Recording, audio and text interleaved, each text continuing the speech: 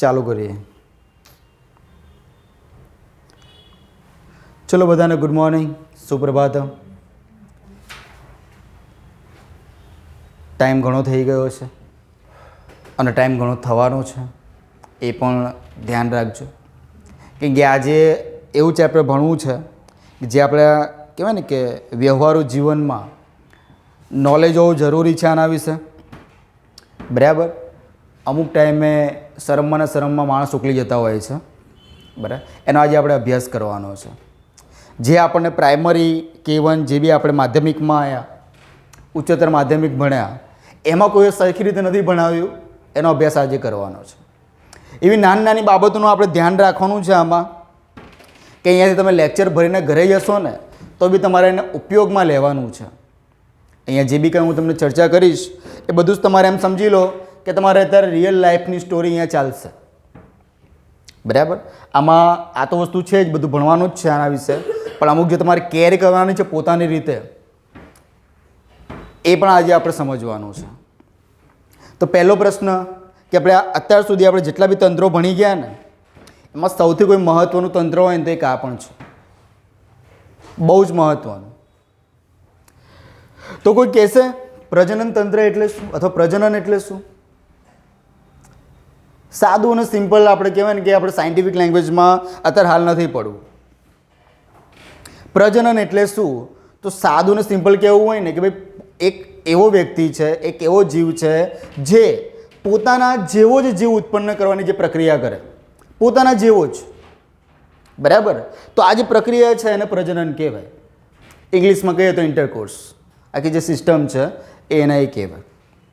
બરાબર. તો એના વિશે જે આપણે અભ્યાસ કરવાનો છે, વનસ્પતિ છે, અમુક જીવ છે, એ દરેક પ્રજનન ક્રિયા કરે જ છે. તમે જોવો છો ભાઈ આ ફળ આવે છે, ફળ ક્યાંથી આવે છે?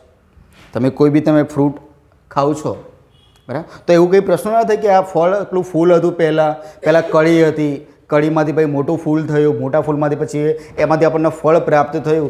તો આ પ્રક્રિયા થઈ જ કેવી રીતે? બરાબર. તો આ બધું જ આને આભારી છે. બધું આ જ છે વસ્તુ, બસ ખાલી એની અલગ અલગ સિસ્ટમ છે. બરાબર. તો એની આપણે વાત કરીએ તો કે ભાઈ માનવ પ્રજનન તંત્ર, આપણે વનસ્પતિનું એટલું કામનું નથી, પણ આપણે અત્યારે હાલ આપણે આને ધ્યાનમાં રાખવાનું છે. બરાબર. આ બંને જે અવયવો છે એ અહીંયા મેં મૂકેલા છે. એક અહીંયા પુરુષનું પ્રજનન તંત્ર છે, અહીંયા માદાનું પ્રજનન તંત્ર છે. તો પહેલી જ આપણે વ્યાખ્યા જોઈએ કે ભાઈ પ્રજનન તંત્ર એટલે શું? તો ભાઈ પ્રજનન એટલે ભાઈ જીવસૃષ્ટિમાં નવા જીવનો જન્મ કરવાની પ્રક્રિયા. બરાબર છે. એક સાદું ને સિમ્પલ કે જીવસૃષ્ટિ છે આપણી, એમાંથી કોઈ નવો જીવ તમારે ઉત્પન્ન કરવો છે તો એની પ્રક્રિયા એને કહેવામાં આવે છે પ્રજનન. અને આ પ્રક્રિયા દ્વારા જીવસૃષ્ટિ પોતાનું વર્તમાન જાળવી રાખે છે.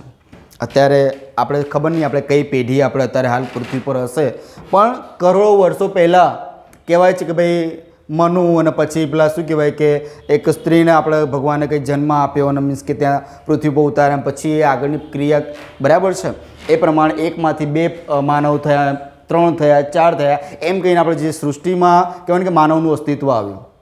બરાબર. સતકૃપા કે એવું કંઈક નામ હતું એ બેનનું, એ જે બી દેવ સ્વરૂપે અવતરેલા હતા, એ આપણે એમાં નથી પડવું.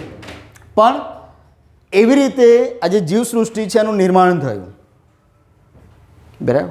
તમે કદાચ ચિતારો એક આવતું હતું, કદાચ તમે ધ્યાન હોય, કવિતા આવતી ચિતારો, એમાં કે ભગવાન આમ ફૂલો આમ કહેવાય ને કે ઉપર કલરની આમ આપણે છાંટીએ ને આપણે પેલી પીંછી, અને તો કે પૃથ્વી પર ફૂલોનું સર્જન થઈ ગયું.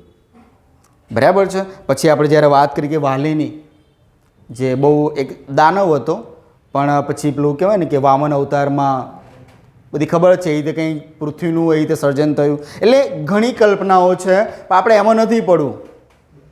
જીવસૃષ્ટિનું અસ્તિત્વ કેવી રીતે થયું એ આપણે જાણીએ છીએ, ઇતિહાસમાં બી આપણે બધું જોઈ લીધું જ છે. પણ આ પ્રક્રિયા કઈ છે તો આ છે. આગળ વધીએ આપણે તો કે ભાઈ નવી પેઢીનું સર્જન કરે છે. નવી પેઢીનું સર્જન અત્યારે આપણે ઘરમાં બી ખબર હોય કે જો એકનો એક છોકરો હોય ને તો માતા પિતાને એક ટેન્શન હોય કે આ લગ્ન કરતો નથી, વંશ આગળ કેમનો વધશે? બરાબર. એક ચિંતા હોય છે. એટલે કે ભાઈ પોતાની પેઢીનું કહેવાય કે સાતત્ય છે એ જાળવી રાખવા માટે આ જે પ્રક્રિયા છે એમાંથી પસાર થવું જ પડે, છૂટકો જ નથી. પ્રજનન છે ભાઈ બે પ્રકારના હોઈ શકે, એક લિંગીય પ્રજનન અને અલિંગીય. લિંગીય પ્રજનન અને અલિંગીયમાં લિંગીયમાં પાછું એક લિંગીય આવે, ઉભયલિંગીય તો દ્વિલિંગીય આવે. તો હવે આ એક લિંગીય અને લિંગીય શું છે તો એની આપણે ચર્ચા કરીએ. અલિંગીયની વાત કરીએ આપણે તો આ પ્રકારના પ્રજનનમાં એક જીવ પોતાનું પ્રજનન કરે, એક જ જીવ હોય બરાબર, એ રીતે પ્રજનન થતું હોય છે.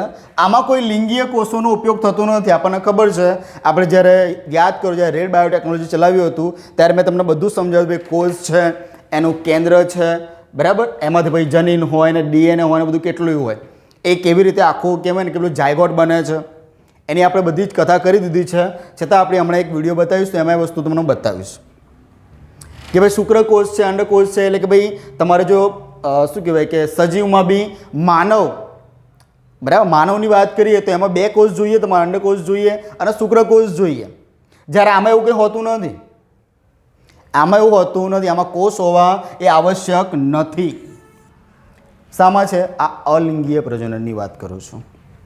કેટલાક ઉદાહરણો છે કે બેક્ટેરિયા છે, અમીબા છે બરાબર, અને કેટલાક છોડ એવા છે જે અલિંગીય પ્રજનન કરે છે બરાબર છે કે ભાઈ અલિંગીય પ્રજનન અને લિંગીય પ્રજનન. લિંગીય પ્રજનનમાં કોષની આવશ્યકતા એવું હોવા જ જોઈએ એ જરૂરી નથી. એક જ વ્યક્તિ હોય છે કે એક જ વસ્તુ હોય છે અને એ રીતે પ્રજનન કરતું હોય છે. એમાં ઉદાહરણ તરીકે ભાઈ બેક્ટેરિયા છે, એ અલિંગીય પ્રજનન દ્વારા એક નવો જીવ ઉત્પન્ન કરતા હોય છે. અમીબા છે, અમીબાને તો ઓળખો ને તમે? હા, કેટલાક છોડ એવા છે. આ બાજુ વાત કરીએ તો બસ આનું ઓપોઝ, જે એક વસ્તુ સમજી લેવાનું એની ઓપોઝ આ વસ્તુ હોય. શું છે કે ભાઈ આમાં બે જુદા જુદા લિંગના જીવ ભાગ લે છે બરાબર. જેમ કે આપણે વાત કરીએ ભાઈ માનવની તો અંડકોષ જોઈએ અને શુક્રકોષ જોઈએ. એકલો અંડકોષ હોય કે એકલો શુક્રકોષ હોય એ અલગ અલગ રીતે કશું થવાનું નથી. એ જ્યારે મળે છે એક બીજ બને છે, એટલે કે જાયગોટ બને છે, યુગ્મનજ બને છે, અને એ પછી આગળની પ્રક્રિયા દ્વારા ભ્રૂણ અને પછી પ્રસૂતિને પછી બાળકનો જન્મ બરાબર છે. એ આખી સિસ્ટમ છે. આમાં લિંગીય કોષો જેને કહેવામાં આવે છે ગેમેટ્સનો ઉપયોગ થાય છે, એટલે કે શુક્રકોષ અને અંડકોષ. ઉદાહરણ તરીકે માનવ છે, પ્રાણી છે અને ઘણા એવા છોડ પણ છે જે લિંગીય પ્રજનન દ્વારા એક એના જેવું જ ઉત્પન્ન કરે છે જીવ.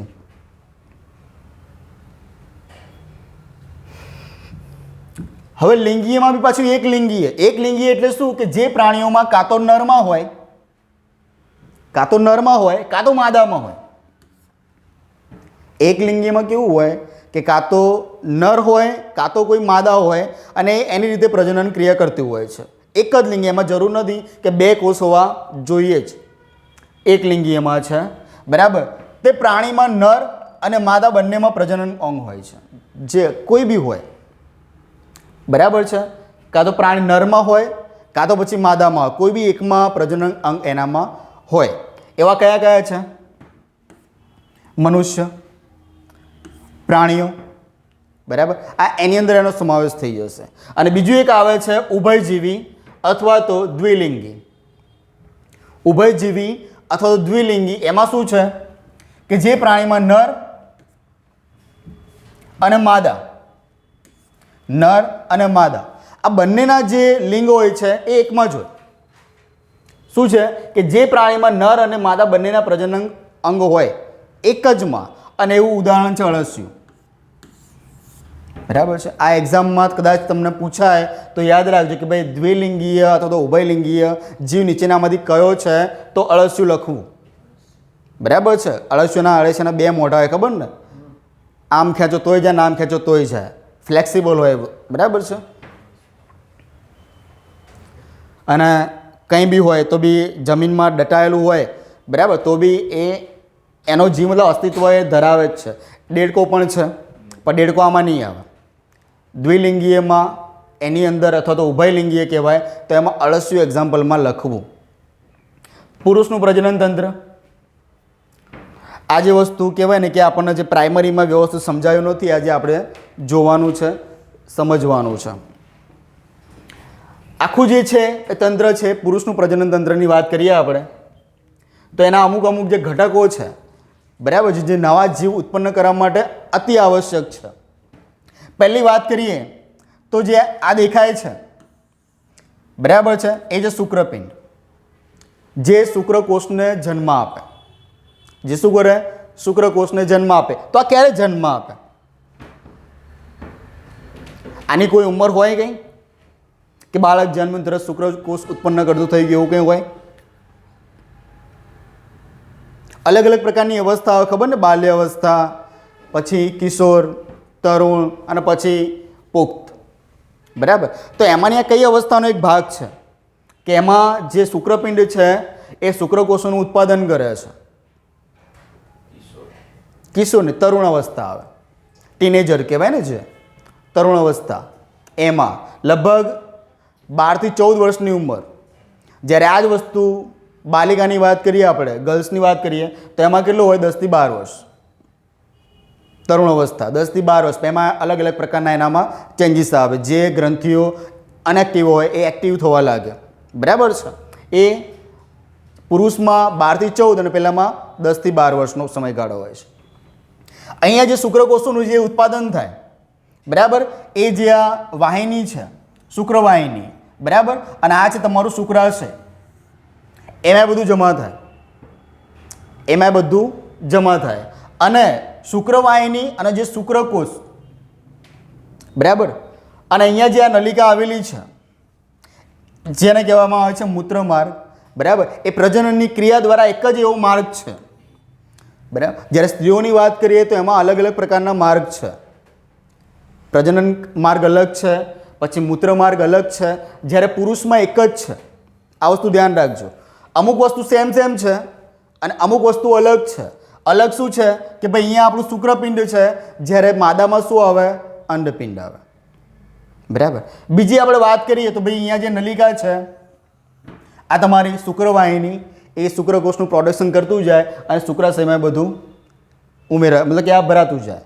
પછી જ્યારે સમય આવે ત્યારે એમાંથી એ નિકાલ થતો હોય છે. ઓકે, પછી અહીંયા આ મહત્વનું છે, આ બે વસ્તુ, પ્રોસ્ટેટ અને બલ્બો યુરેથ્રલ ગ્રંથિ. બરાબર, આ શું કરે છે કે જે શુક્રાણુ હોય છે ને એને ગતિશીલ બનાવવાનું કામ કરે છે. શું કરે છે? ગતિશીલ બનાવવાનું કામ કરે છે. અને જ્યારે બલ્બો યુરેથ્રલ છે એક હોર્મોન છે, એક સ્ત્રાવ કરે એક હોર્મોનનો, કે જ્યારે બી પ્રજનન ક્રિયા ચાલતી હોય ત્યારે તમને ઘર્ષણ ના અનુભવવા દે, એના માટેનું એક કહેવાય ને કે એક હોર્મોન રિલીઝ કરે છે, જેના કારણે કોઈ માદા હોય કે પછી પુરુષ હોય એને તકલીફ ઓછી થાય, ઘર્ષણ ઓછું અનુભવાય. બરાબર છે, તો આખી એક આ સિસ્ટમ છે. બાકી નિકાલનો માર્ગ તો એક જ છે. ઘણી બુક્સની અંદર આ જે આખું ભાગ છે એને જ શિશ્ન કહેવામાં આવે છે. બરાબર, અને જે આગળનો જે ભાગ છે એને શિશ્નાગ્રહ. બરાબર, અને જે આખું એનું આવરણ છે એ અગ્ર ત્વચાથી એ ઢંકાયેલું હોય છે. અગ્ર ત્વચાથી એ વસ્તુ આખું ઢંકાયેલું હોય છે. આખી સિસ્ટમ છે.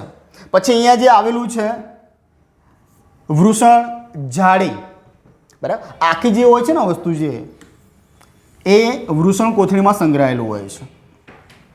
કેમ? આ શરીરની અલગ આ વસ્તુ અંગ આપવામાં આવ્યું છે, એની પાછળ એક સાયન્ટિફિક રીઝન છે કે ભાઈ માદા જે છે એમને અંદર વસ્તુ આપેલી દીધું છે, જ્યારે પુરુષોમાં આ વસ્તુ બહાર હોય છે. એનું કારણ એક જ છે. પહેલાં મને કોઈ જવાબ આપશે કે ભાઈ આપણા મનુષ્યનું સામાન્ય તાપમાન કેટલું હોય છે? કેટલું સામાન્ય તાપમાન કેટલું આપણે?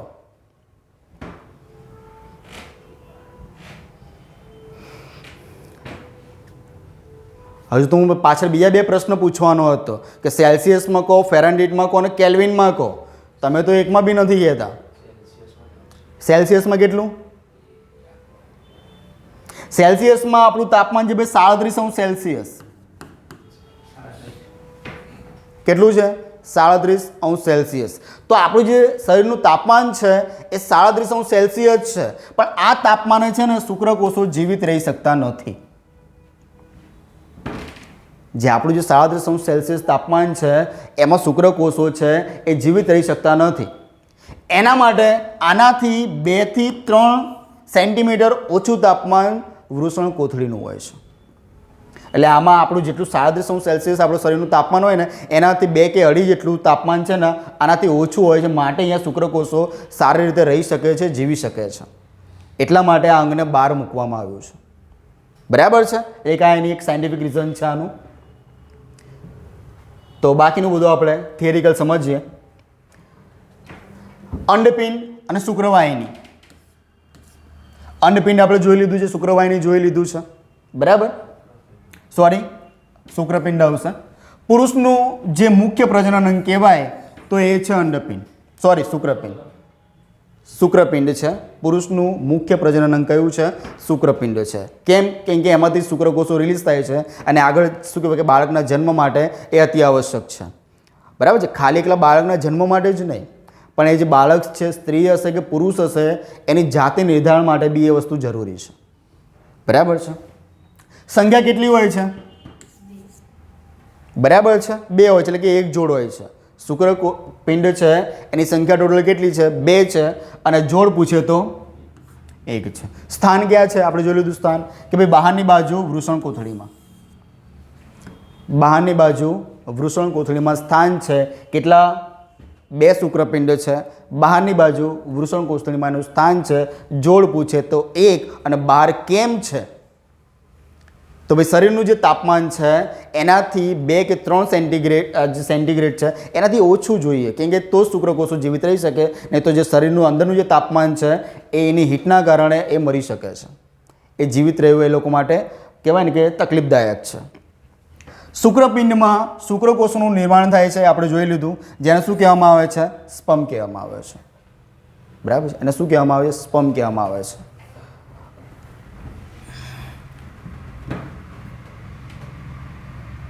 ચલો, શુક્રકોષ શીર્ષ, ગ્રીવા, મધ્ય ભાગ અને પૂંછડીથી બનેલી રચના છે. તમે જોઈ શકો છો અહીંયા, બરાબર. આ જે એનું શીર્ષ છે, આ મધ્ય ભાગ છે, આ એની જે પૂંછડી છે, બરાબર. આ પૂંછડી છે ને, જ્યારે ઝાયગોટ બને ને, ઝાયગોટ મીન્સ કે અંડકોષ અને શુક્રકોષનું જ્યારે મિલન થાય ત્યારે જ્યારે શુક્રકોષ જે આપણે શુક્રાણુ છે એ અંડપિંડમાં જેવું એન્ટર થાય ને, મીન્સ કે અંડકોષમાં, ત્યારે આ પૂંછડી કપાઈ જાય.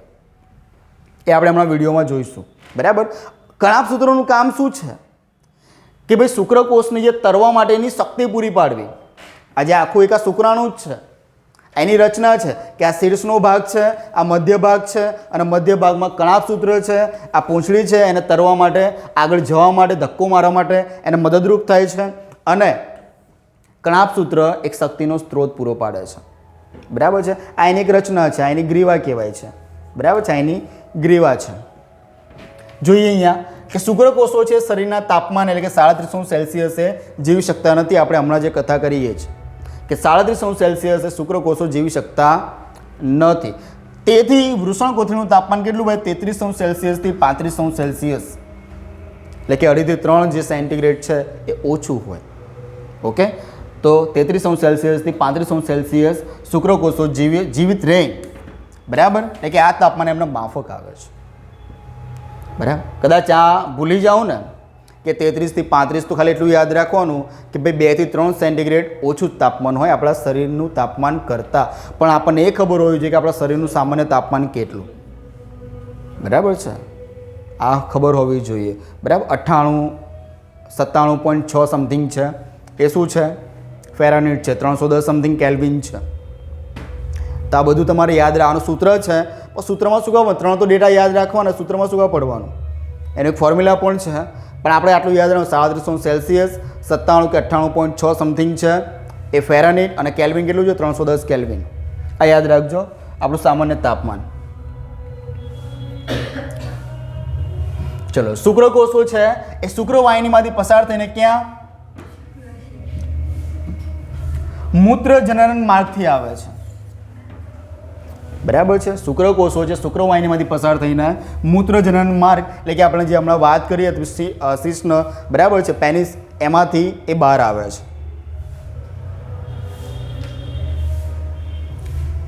ચલો, સેમિનલ વેસિકલ એટલે કે શુક્રાશય. સેમિનલ વેસિકલ શુક્રાશય, બરાબર. એની વાત કરીએ આપણે કે તે શુક્રવાહિનીની સાથે જોડાયેલો હોય છે. એ આપણે હમણાં જોયું હતું.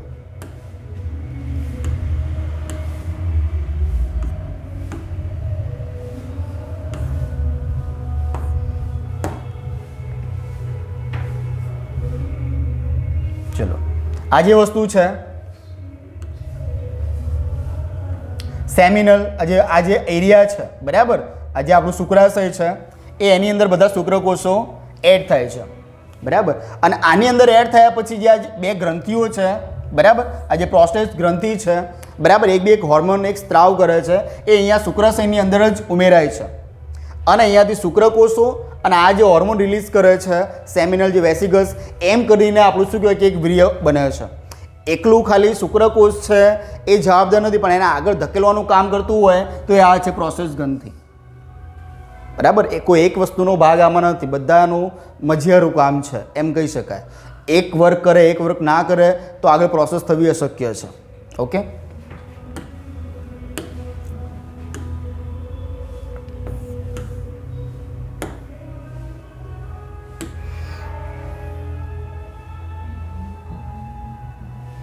ચલો.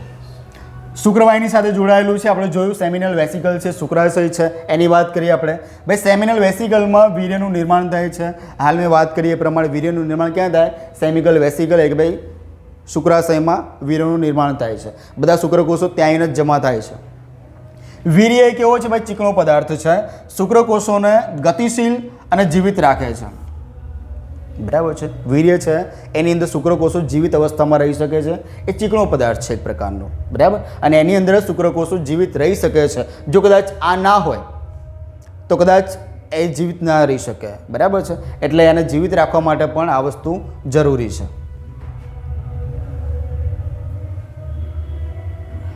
હમણાં વાત કરીએ એ પ્રમાણે કે જે પ્રોસ્ટેટ ગ્રંથિ છે એનું કાર્ય શું છે કે તેનો સ્ત્રાવ શુક્રકોષની ગતિશીલતા વધારે છે ભાઈ, બરાબર. એને ગતિશીલ બનાવવાનું કામ કોઈ કરતું હોય છે તો પ્રોસ્ટેટ ગ્રંથિ શુક્રકોષોને ગતિશીલતા પૂરી પાડે છે, પ્રોસ્ટેટ ગ્રંથિ.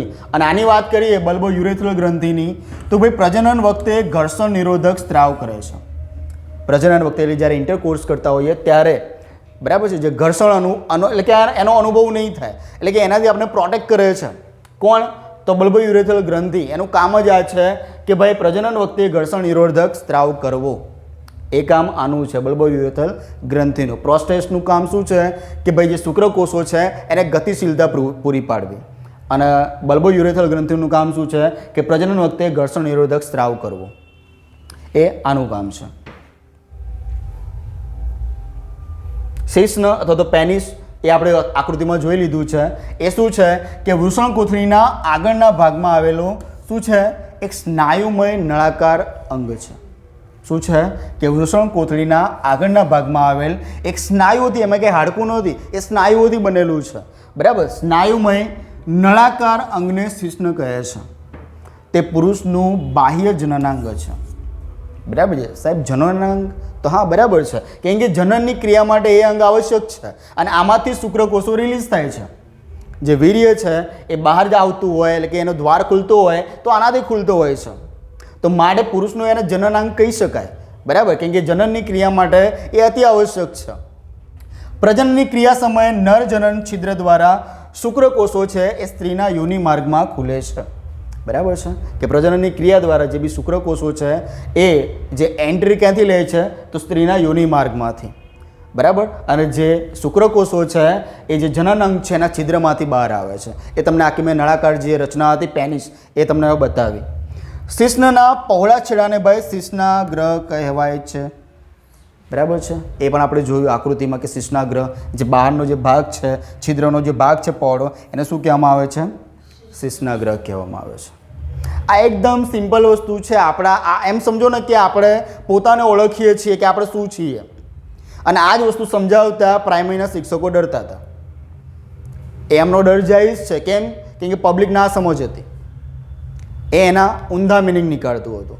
એટલે શિક્ષકો ક્યાંક ને ક્યાંક થોડા પીછેહટ થતા હતા કે ભાઈ આવું બધું શીખવાડતા, આમ બી છોકરાઓ ગાળોમાંથી ઊંચા નથી આવતા, એ લોકોને કંઈ નવું મળી ગયું. પણ આ વસ્તુ જો ત્યારે શીખવાડ્યું હોત તો તારે જે MBBS બનવામાં કે જે BScના જે પ્રોફેસર છે એ લોકોને તકલીફ ઓછી પડત. 8મા ધોરણમાં આવે છે, 8મા ધોરણથી ચાલુ થઈ જાય છે માનવ શરીર 1 અને માનવ શરીર 2, પણ સિલેબસમાં ભલે હોય પણ ભણાવવાનું નહીં. ચલો, માદા પ્રજનન તંત્ર. પુરુષના પ્રજનન તંત્રની આપણે વાત કરી તો કે ભાઈ એનું જે પ્રજનન મુખ્ય અંગ છે તો એ અંડપિંડ છે, શુક્રપિંડ છે. આ ખબર નહીં, આ વાંચીને મગજ થોડું હા, શુક્રપિંડ છે, શુક્રપિંડમાંથી ભાઈ શુક્રકોષો રિલીઝ થાય છે. ઓકે, અને એ રિલીઝ થઈને શુક્રકોષો ક્યાં જાય છે? તો ભાઈ શુક્રાશયમાં જાય છે. અને શુક્રાશયમાં કોણ રાહ જોતું હોય છે? કે પ્રોસ્ટેટ ગ્રંથિ છે. બરાબર છે, એનું કામ છે કે ભાઈ શુક્રકોષો છે એને ગતિશીલતા પૂરી પાડવી. બરાબર, અને એની નીચે આપણે જોઈએ કે બલ્બો યુરેથ્રલ ગ્રંથિ જોઈએ આપણે. એનું કામ શું છે કે જ્યારે પ્રજનનની ક્રિયા ચાલતી હોય ત્યારે જે પ્રજનન અંગ છે એને ઓછું ઘર્ષણ થાય એના માટેનો સ્ત્રાવ રિલીઝ કરે. અને એ જે શુક્રાશય છે, જે શુક્રાશય અને જે પ્રોસ્ટેટ ગ્રંથિનું જે સ્રાવ છે એ બંને મળીને શું બનશે? ભાઈ વીર્ય બનશે. અને એ વીર્ય છે એ પેનિસ એટલે કે ભાઈ આપણું જે શિશ્ન દ્વારા, બરાબર છે, એ શુક્રકોષો એ અંડપિંડ એટલે કે આપણું જે માદા પ્રજનન તંત્ર છે એટલે કે યોનિક માર્ગમાંથી એટલે કે આપણું જે પુરુષનું જે પેનિસ છે એમાંથી શુક્રકોષો એમાં રિલીઝ થશે, એમાં અંદર જશે. અને પછી ખબર છે કે જે પ્રક્રિયા થશે એ યુગ્મનજ બનશે અને ભ્રૂણ બનશે અને પછી બાળક જન્મ થશે. આખી પ્રક્રિયા છે. હવે આમ જોઈ લઈએ કે માદા પ્રજનન તંત્ર, જે આ માદા જે પ્રજનનનો જે અગત્યનું કહેવાય ને કે અવયવ છે, અંગ છે, એની આપણે વાત કરીએ. પ્રશ્નો કેવા પૂછાય છે આમાંથી? નીચેનામાંથી બરાબર છે કે કયું અંગ એ માદા પ્રજનન તંત્રનું નથી અથવા પુરુષ પ્રજનન તંત્રનું નથી? તો આપણને ખબર હોવી જોઈએ કયા કયા ભાગ આવેલા છે અને કયા નથી આવેલા, કયું કોનામાં છે, કયું કોનામાં નથી. બરાબર છે, એ આપણને ખબર હોવી જોઈએ. તો એના માટે આપણે આ જાણવું જરૂરી છે. ચલો, આખું જે માદા પ્રજનન તંત્રનું જે અંગ છે અહીંયા તમને સામે દેખાય જ છે. આ તમે જોઈ શકો ભાઈ આ અહીંયાથી આપણે વાત કરીએ કે ભાઈ આ છે આ યોનિ માર્ગ છે, જ્યાંથી આપણે વાત કરી હતી કે ભાઈ શુક્રકોષો છે અહીંયાથી દાખલ થાય. બરાબર છે, અને એ જે શુક્રકોષો છે આ ગ્રીવા નલિકા એને આગળ ધકેલવામાં મદદ કરે છે. આગળ જઈએ તો આ જે છે એ ગ્રીવા છે, જ્યાંથી ગ્રીવા એટલે કે ભાઈ ગર્ભાશયનો દરવાજો. ગ્રીવા એટલે ગર્ભાશયનો દરવાજો. અહીંયાથી શુક્રકોષો છે એ એન્ટર થશે. બરાબર, એન્ટર થશે ગર્ભાશય દ્વારા, અહીંયાથી એન્ટર થશે. અને જે મેં તમને વાત કરી હતી ગતિશીલતા પ્રોવાઈડ કરવાવાળું કોણ હતું? તો પ્રોસ્ટેટ ગ્રંથિ જે શુક્રકોષોનો શું કરે છે? ગતિશીલતા પૂરી પાડે છે, એને આગળ ધકેલવા માટે એ જવાબદાર છે. અને જે શુક્રકોષો છે એ આગળ જઈને આ જે ફેલોપિયન ટ્યુબ છે આપણી, એટલે કે ફેલોપિયન ટ્યુબ એટલે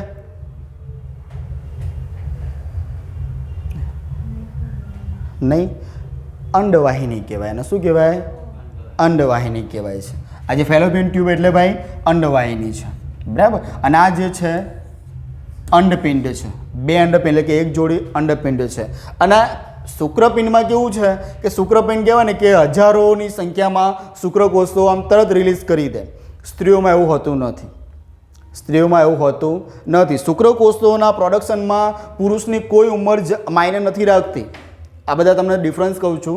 એક વિધાનોમાં પૂછે તો યાદ રાખજો કે શુક્રકોષોના ઉત્પાદનમાં પુરુષનું જે પ્રજનન અંગ છે એમાં કોઈ એવું નથી. બરાબર, કે ભાઈ ચલો આટલી ઉંમર થઈ જાય એટલે પછી શુક્રકોષોનું પ્રોડક્શન બંધ થઈ જાય. જ્યારે સ્ત્રીમાં હોય છે એમાં જે હોય છે કે 10 થી 12 વર્ષ જે છે તરુણ અવસ્થા. બરાબર, એટલે કે સ્ત્રીઓમાં પહેલથી અંડકોષો તો હોય જ છે પણ એક્ટિવ નથી હોતા. એક્ટિવ ક્યારે થાય છે? એ 10 કે 12 વર્ષના જ્યારે થાય ને, બરાબર, ત્યારે એ વસ્તુ એક્ટિવ થાય. અને એક્ટિવ થયા પછી એક સાયકલ હોય 28 કે 30 દિવસની, એમાંથી કોઈ બી કાં તો આ બાજુનું અંડપિંડ કાં તો આ બાજુનું એક જ અંડકોષ છે ને રિલીઝ કરશે. એક જ અંડકોષ. અને રિલીઝ થયેલો અંડકોષ છે ને એ અહીંયા રાહ જોવાશે. અહીંયા કોની રાહ જોવાશે? શુક્રકોષની રાહ જોવાશે. શુક્રકોષની રાહ એ જો અંડપિંડ અહીંયા રિલીઝ થઈ ગયો ને એટલે જે આ ગર્ભાશયની જે દિવાલ છે એ કેવું લેયર બનાવી દેશે એને સાચવવા માટે. બરાબર, એટલે કે એમ સમજો કે ભાઈ ગર્ભધારણની કહેવાય ને કે ગર્ભાશય પહેલથી તૈયારી કરી દે. જેવું અહીંયાથી રિલીઝ થયું એગ એટલે અહીંયા એની પ્રક્રિયા ચાલુ થઈ જાય. એક દિવાલ બનાવી દેશે કે ભાઈ આગળ જતાં કે અહીંયા શુક્રકોષનું જે મિલન થઈ ગયું અને જે જાયગોટ બન્યું છે એ શું કહેવાય કે એક પરિપક્વ એક બીજ બની ગયું, એ સીધું ક્યાં આવશે? અહીંયા આવશે, ગર્ભાશયમાં આવશે. અહીંયાથી પડી ના જાય એટલે એક કહેવાય ને એક દિવાલનું એક આવરણ અહીંયા તૈયાર થઈ જાય. બરાબર, પણ જો અહીંયા શુક્રકોષ નથી એન્ટર થતો, મીન્સ કે નથી આવતો, કેમ કે હજુ એ ઉંમર થઈ નથી. બરાબર છે, એ પ્રક્રિયા થઈ નથી, તો શું થશે? આ જે દિવાલ બની છે એ એટલે કે આ બધું શું છે? આ રુધિર કેશિકાઓ છે. આ બધી શું છે? આ રુધિર કેશિકાઓ છે. આ બધી પ્લસ આ જે છે તમારો અંડપિંડ છે. બરાબર, એ બધું જ એક સમય એવો આવશે કે ભાઈ એક સાયકલ આખી પૂરી થઈ ગઈ આગળ કોઈ પ્રક્રિયા થતી નથી, જાયગોટ બનતું નથી, બીજ બનતું નથી, યુગ્મન જ બનતું નથી. આ બધા સમાનાર્થી એટલા માટે કહું છું કે આ શબ્દો તમારા કાનમાં રાખવા પડશે, ધ્યાનમાં રાખવા પડશે. બરાબર છે? એ નથી બનતું તો જેવું સાયકલ પૂરી થઈ ગઈ ને પછી આ જે દિવાલ છે ને ગર્ભાશયની એ ખરવા લાગશે. બરાબર છે? એ ખરવા લાગશે. એ કહેવાય ને કે એક આમ બ્લડ જેવું. બરાબર? એ બધું છે ને એ અહીંયા ગ્રીવા મારફતે યોની માર્ગમાંથી એ બધું બહાર આવશે અને જેને કહેવામાં આવે છે, શું કહેવામાં આવે છે ગુજરાતીમાં? હા, માસિક સ્ત્રાવ. એ સિવાય પીરિયડ્સ. એ સિવાય રજોદર્શન. શું કહેવાય? રજોદર્શન. બરાબર? એને શું કહેવામાં આવે છે? રજોદર્શન. અને આ દર્શન ક્યાં સુધી થાય? તો 45 થી 50 વર્ષ સુધી. 45 કે 50 તમારા વર્ષ આવી ગયા અને પછી એ વસ્તુ સ્ટોપ થઈ જશે. એટલે ગર્ભધારણની શું કહેવાય કે ઉંમર આપણે એક નક્કી કરી શકીએ માદાની કે ભાઈ મેક્સિમમ 45 વર્ષ અથવા 45 વર્ષથી નીચે જો એને ગર્ભધારણ કરવું છે તો એને 45 વર્ષ પહેલાં બધું કરી લેવું પડે. એ પછી પોસિબિલિટીઝ ઘટી જાય છે. કેમ? પછી શું આવે? જેમ રજોદર્શન હોય, જેમ રજો દર્શન છે એ રીતે બીજું પણ આવે રજો નિવૃત્તિ, જે 45 થી 50 વર્ષની આજુબાજુ આવે.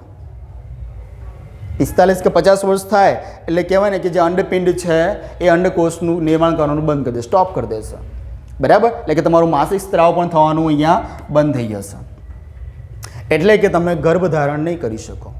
એટલે જે કંઈ પણ તમારે પ્લાનિંગ હોય એ 45 વર્ષ પહેલાં કરી દેવી પડે.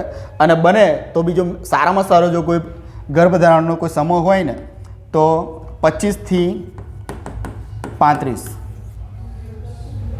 બરાબર? 25 વર્ષથી 35 વર્ષની ઉંમર તમારે જો બાળક જોઈએ તો તમારે પ્લાનિંગ કરી દેવું જોઈએ. એ પછી વિચારવાનું નહીં. કેમ? કેમ કે એ પછી તમે જશો ને તો તમે વીક થઈ ગયા હશો, નબળા. બરાબર? એ સિવાય જે પુરુષના જે શુક્રકોષો છે એ પણ કેવા થઈ ગયા હશે? નબળા પડશે. બરાબર? તો એ બની શકે કે બાળક છે ને કંઈ ખોડ કાપણવાળું આવી શકે. પછી તમારે કેર કરવાનું વધુ જાય છે. એક સમય જ્યાં સુધી તમે કહેવાય ને કે તંદુરસ્ત છો ત્યાં સુધી પ્લાનિંગ કરી લેવાય, પછી ના વિચારાય.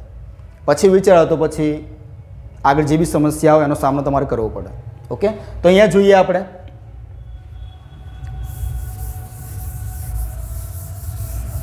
ચલો રજો દર્શન રજો નિવૃત્તિ ખબર પડી ગઈ ને? તરુણ અવસ્થા બંનેની ખબર પડી ગઈ, બાળકની અને મીન્સ કે ગર્લ્સ અને બોયઝની. પછી જોઈએ આપણે અંડપિંડની વાત કરી લીધી. આ જે ફેમરી છે, બરાબર, એ ફેમરી શું કરે છે? આ જે તમને દેખાય ને જાડું, આ જેવું અહીંયાથી અંડ જેવું રિલીઝ થશે ને એને સાચવવાનું કામ કરે છે, એને કેચ કરી લેશે. અહીંયાથી જેવું કહેવાય ને કે અહીંયાથી અંડકોષ જેવો રિલીઝ થશે એ તરત એને કેચઅપ એટલે કે ખેંચી લેવાનું કામ કરશે. ખેંચીને પછી આ સંગ્રહી લેશે. આગળ જે તુંબિકા છે એ જે આ વાહિની છે અંડવાહિની, એનો એ અહીંયા થોડો પહોળો માર્ગ છે કે જેથી અંડકોષ છે અહીંયાથી આગળ જઈ શકે. અને આગળ જતાં જે અંડકોષ છે એને થોડુંક આમ સ્થિતિસ્થાપક એટલે કે આમ થોડું વ્યવસ્થિત જાળવી રાખવા અહીંયા રચના થઈ છે ઇથમસની. એ અહીંયા જે પહોળો માર્ગ છે અહીંયા જતાં એ માર્ગ સાંકડો થઈ જશે. સાંકડો એટલા માટે થઈ જશે કે જ્યાં સુધી શુક્રકોષ છે એ નહીં આવે ત્યાં સુધી આ જે આપણો અંડપિંડ છે અંડકોષ છે એ અહીંયા રહેશે. અને જેવો શુક્રકોષ અહીંયા આવીને જાયગોટ બની ગયું પછી ધીરે ધીરે તરતું એ ગર્ભાશયમાં આવીને રાહ જોશે. રાહ જોશે મીન્સ કે એ આખી કહેવાય ને કે ભાઈ જે બીજ છે એનું કહેવાય ને કે એક બાળક સ્વરૂપ ત્યાં અહીંયા ભ્રૂણ થશે, પછી આગળ જતાં એનો વિકાસ થશે. એટલે મેં તમને વાત કરી કે કોષો વૃદ્ધિનો જે સમયગાળો, બરાબર, એ જે કોષો અહીંયા વૃદ્ધિ થશે આના પછી એક બાળક જેવું ચિત્ર અહીંયા બનતું જશે.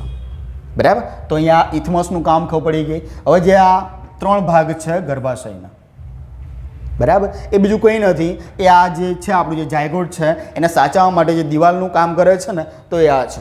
બરાબર? આ જે એન્ડોમેટ્રિયમ છે એ અંદર જે જેલી જેવી રચના છે, આ માયોસ્ટ્રિયમ છે એ બહારની એક આવરણ છે પાતળું, આ બરાબર છે. અને આ જે પેરીમેટ્રિયમ છે એ એકદમ બહારનું આવરણ છે, જે બહારની સ્કિન છે એ છે. આ ગર્ભાશયનો ઉપરી ભાગ છે. બરાબર? અને એમ પૂછે કે ભાઈ ગર્ભાશય છે આખું, આ જે ગર્ભાશય છે એ કેવો આકાર ધરાવે છે? આ ગર્ભાશય છે એ કેવો આકાર ધરાવે છે? તો ઊંધા નાસપતિ જેવો આકાર ધરાવે છે. બરાબર? ઊંધા નાસપતિ જોયું ને, જેને આપણે જમરૂક કહે છે. તો ખબર નહીં, લોકો જામફળને જમરૂક કહે છે. હજ થઈ ગઈ. જામફળ એને લોકો જમરૂક કહે છે. એટલે જમરૂક એવું ના હોય. બરાબર. આ જે નાશપતિ છે પ્લસ બાબુ પોચા છે, જમરૂક છે, આ બધા ખબર નહીં, આ આપણું કહેવાય ને કે આ એક જ વંશમાંથી આ પેદા થયેલા છે એમ કહી શકાય. ડીએનએ બધાના મોસ્ટ ઓફ સરખા જ છે આમાં પણ. ઓકે, તો આ શું કહેવાય કે ગર્ભાશયનો આકાર કેવો છે ભાઈ? ઊંધા નાશપતિ જેવો છે. બરાબર છે. ચલો ડીપમાં હવે જોઈએ આપણે. આ ગર્ભાશય ગુહા એ મેં તમને વાત કરી દીધી છે કે અહીંયા તમારો જે જાયગોટ છે એ અહીંયા કે એનો વિકાસ થાય. ચલો, અંડપિંડ ઇંગ્લિશમાં કહેવાય ઓવરી. અંડપિંડ એ સ્ત્રીનું મુખ્ય પ્રજનન અંગ છે. ચલો, પુરુષમાં કયું હતું? શુક્રપિંડ હતું. તે અંડકોષ અને અંડપિંડીય અંતઃસ્રાવનું નિર્માણ કરે છે. કેટલી સંખ્યા છે ભાઈ? 2 સંખ્યા છે. સ્થાન ક્યાં છે? તો સ્ત્રીના ઉદરના ભાગમાં બંને બાજુ એક. સ્ત્રીનું જે ઉદર જે પેટ છે એનાથી નીચેના ભાગમાં એટલે લીવરથી થોડા નીચે, બરાબર, એનાથી આ જે છે ઉદરના ભાગમાં બંને બાજુ છે. કદ કેટલું છે? તો 2 થી 4 સેન્ટીમીટર લાંબુ છે. એનું કદ કેટલું છે? 2 થી 4 સેન્ટીમીટર લાંબુ છે. ચલો, સ્ત્રીમાં પ્રતિ માસ એકાંતરે કોઈ એક અંડપિંડમાંથી માત્ર એક જ અંડપુટિકા સક્રિય બની એક જ અંડકોષનું સર્જન કરે છે. એક માસમાં ફક્ત એક જ એગ રિલીઝ કરશે. આપણે શુક્રકોષો જોયું ને કે એમાં હજારો કરોડની સંખ્યામાં શુક્રકોષો એક્ટિવેટ હોય. આમાં ફક્ત 1 મહિનામાં એક જ એગ રિલીઝ થશે. અને રિલીઝ થયેલું જો એને શુક્રકોષ મળી ગયો તો ઠીક છે, નહીં તો પછી એ ખરી જશે. બરાબર છે. આ સાથે અંડપિંડ માદા જાતિ અંતઃસ્ત્રાવ ઇન્સ્ટ્રોજન અને પ્રોજેસ્ટેરોનનો સ્ત્રાવ કરે છે. બરાબર છે. જે પ્રસૂતિ સમયમાં આ બંને હોર્મોન બહુ જ જરૂરી છે. બરાબર. કોથળીના સંકોચન માટે આ બંને હોર્મોન અતિ આવશ્યક છે. કોથળીનું સંકોચન થશે તો જ બાળક સારી રીતે એની કહેવાય ને કે એની ડિલિવરી થઈ શકશે, એ આરામથી બહાર આવી શકશે અને મહિલાને પણ ઓછી તકલીફ પડશે. જો આનો સ્ત્રાવ નથી થઈ શકતો તો કૃત્રિમ રીતે બહારથી ઇન્જેક્શન આના આપવા પડે છે. બરાબર છે. અને કૃત્રિમ રીતે કંઈ બી વસ્તુ થાય ને એ માનવ માટે બહુ જ ખરાબ વસ્તુ છે. બરાબર. નોર્મલ ડિલિવરી થાય છે, થોડી તકલીફ પડશે પણ બહુ સારી બાબત કહેવાય કે એનાથી જો નોર્મલ ડિલિવરી થાય ને તો મગજનો સંકેત જશે અને પિચ્યુટરી ગ્રંથિ એક્ટિવેટ થશે. પિચ્યુટરી ગ્રંથિ એક્ટિવેટ થશે ને તો એ ગ્રંથિ છે ને એ સ્તન ગ્રંથિ છે એને સંકેત આપશે. એ સંકેત આપશે સ્તન ગ્રંથિ શું કહેવાય કે દૂધ પ્રોડક્શન કરવાનું ચાલુ કરી દેશે. આ બધું એકથી એક કનેક્ટેડ વસ્તુ છે. બરાબર. એટલે જો તમારી નોર્મલ ડિલિવરી થાય છે તો દૂધ સ્ત્રાવ તમને જલ્દી થશે અને બાળકને 1 કલાકમાં માતાનું જે દૂધ છે આપવું અતિ આવશ્યક છે, કેમ કે એમાં એન્ટીબોડી હોય છે. બરાબર છે. એમાં શું છે, મોટા ભાગમાં એ આછા કહેવાય ને આછા પીળા સફેદ રંગનું હોય છે.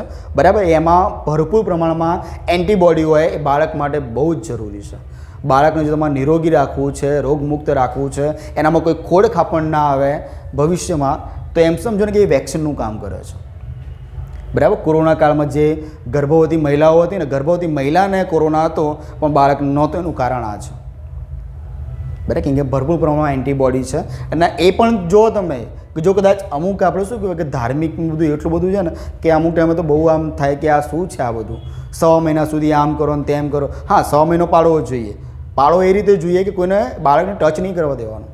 બહારના જે બેક્ટેરિયા છે એના હાથના જમ્સ છે બાળકને નુકસાન કરે. બરાબર. પણ જે 1 કલાકની મેં વાત કરી કે 1 કલાકમાં દૂધ તો પીવડાવી જ દેવાનું. ભલે ના પાડે, જેને જે કહેવું હોય કે દૂધ તો પીવડાવી જ દેવાનું બાળકને. કેમ કે અમુક લોકો એવું માને છે કે એ ખરાબ દૂધ છે, એ બાળક માટે નુકસાન કરે. ભાઈ એ જ હેલ્ધી છે અને એ જ એમનું રામબાણ છે. બરાબર. તો એક આ વસ્તુ છે કે ભાઈ અંડપિંડ શું કહેવાય કે માદા જાતીય અંતઃસ્ત્રાવો ઇન્સ્ટ્રોજન અને પ્રોજેસ્ટેરોન છે એનો સ્ત્રાવ કરે છે, જે બાળકના જે પ્રસૂતિ સમયે કહેવાય ને કે લાભદાયી છે. એટલે કે જે કોથળી છે એનું સંકોચન કરવા માટેના બેસ્ટ હોર્મોન છે અને આ હોવા જરૂરી છે. અંડપિંડ રિલીઝ થઈ ગયું ને, અંડપિંડમાંથી અંડકોષ રિલીઝ થયો ને એટલે આ વસ્તુ ઓટોમેટિક એક્ટિવેટ થઈ જાય. ઓટોમેટિક, આમાં કંઈ કહેવું ના પડે. જેવો અંડકોષ રિલીઝ થયો તરત આ લોકો એમનું કામ ચાલુ કરી દેશે. ઓકે. ચલો, અંડવાહિની. બરાબર છે. આનો જે તે સમયે એસએસસી સ્ટાફ સિલેક્શનમાં પ્રશ્ન પૂછાયો હતો કે જે બી આપણું જે શુક્રકોષ છે કે જે આપણું જે અંડકોષ છે, બરાબર, અંડકોષ છે એ શુક્રકોષની રાહ કયા ભાગમાં જોવે છે? બરાબર. તો અંડવાહિનીમાં જોવે છે અને અંડવાહિની ઓપ્શનમાં નહોતું. બરાબર. ગુજરાતીમાં લખેલું હતું ફેલોપિયન ટ્યુબ. હવે આપણે ટ્યુબ એટલે તો આપણને ત્યારે કંઈ ખબર ના પડે કે આ શું છે આ ટ્યુબ એટલે, બરાબર. તો આ બંને નામ યાદ રાખવાના. ઇંગ્લિશ શબ્દો અમુક યાદ રાખવાના, જેમ કે ઓવરી આપણે જોયું, આ જોઈએ આપણું ફેલોપિયન ટ્યુબ. આ ફેલોપિયન ટ્યુબ એટલા માટે જોવાનું કેમ કે આપણે આની પછી એ બે જે રેડ બાયોટેકનોલોજીમાં ટ્રીટમેન્ટ જોઈ હતી એ આને આભારી છે. IVF ને બધું આપણે જોયું હતું રેડ બાયોટેકનોલોજીમાં, બરાબર છે. તો એ આ વસ્તુ ખબર હશે તો જ તમને ખબર પડશે કે ભાઈ ફેલોપિયન ટ્યુબ છે આને કહેવાય, અંડવાહિનીને જ ફેલોપિયન ટ્યુબ કહેવાય. આ ખબર હોવી જોઈએ તમને. અને એની કેટલી સંખ્યા છે ભાઈ? 2 છે, એટલે કે એક જોડ. ફેલોપિયન ટ્યુબ કેટલી છે? 2 છે, પણ જોડ પૂછે તો 1 છે. લંબાઈ ભાઈ 10 થી 12 સેન્ટીમીટર. ફેલોપિયન ટ્યુબ છે એટલે કે જે આપણી અંડવાહિની છે એની લંબાઈ કેટલી છે? તો 10 થી 12 સેન્ટીમીટર. અંડવાહિની એક બાજુ અંડપિંડ અને બીજી બાજુ ગર્ભાશયથી જોડાયેલ છે. આપણે આકૃતિમાં જોઈ લીધું હતું, બરાબર છે, કે તમારું જે આ અંડપિંડ છે અહીંયાથી, બરાબર, અને આ તમારો જે ઊંધા જે નાસપતિનો જે આકાર દ્વારો જે ગર્ભાશય છે, બરાબર, એ તમારો અહીંયા જોડાયેલું છે, બરાબર છે. આકૃતિ પર ના જતા ખાલી સમજી લેજો. ઓકે. અંડવાહિની એક બાજુ અંડપિંડ અને બીજી બાજુ ક્યાં? ગર્ભાશયથી જોડાયેલ છે. અને અંડવાહિની છે જે અંડપિંડમાં બનેલા અંડકોષનું શું કરે છે ભાઈ? વહન કરે છે. ઓકે. એ અંડપિંડમાંથી વહન કરીને એ ડાયરેક્ટ ગર્ભાશયમાં ડાયરેક્ટ નથી આવી જતું. જેમ પેલા આપણે શુક્રપિંડમાં જો કે શુક્રપિંડમાંથી શુક્રકોષો રિલીઝ થયા અને બધા ઉપર આવી ગયા અહીંયાથી, આમ જેવું કહેવાય ને કે પેલું, બરાબર, શુક્રાશયમાં આવી ગયા. અહીંયા એવું નથી હોતું. અહીંયા કેવું હોય છે કે જે એગ જે રિલીઝ થયું છે એ ફેલોપિયન ટ્યુબમાં રાહ જોશે. કોની? શુક્રકોષની રાહ જોશે, બરાબર. અને બીજું કે આનો કોઈ સંગ્રહ સ્થાન એવું કંઈ નથી, આનું કોઈ ગોદામ નથી. આ મહિનામાં એક જ રિલીઝ કરશે. જો એનો ઉપયોગ થયો તો ઠીક છે, નહીં તો પછી એ ખરી જશે.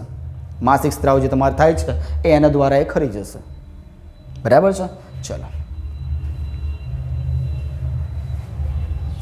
ચલો, શુક્રકોષો યોનિમાર્ગમાંથી પ્રવેશીને અંડવાહિનીમાં આવે છે અને જ્યાં યુગ્મનજ એટલે કે ઝાયગોટ એટલે કે બીજ બને છે, બરાબર છે. તો આ આપણે થોડું વિડીયો મારફતે જોઈ લઈએ. થોડું ચોટે છે પણ તમે સમજી લેજો.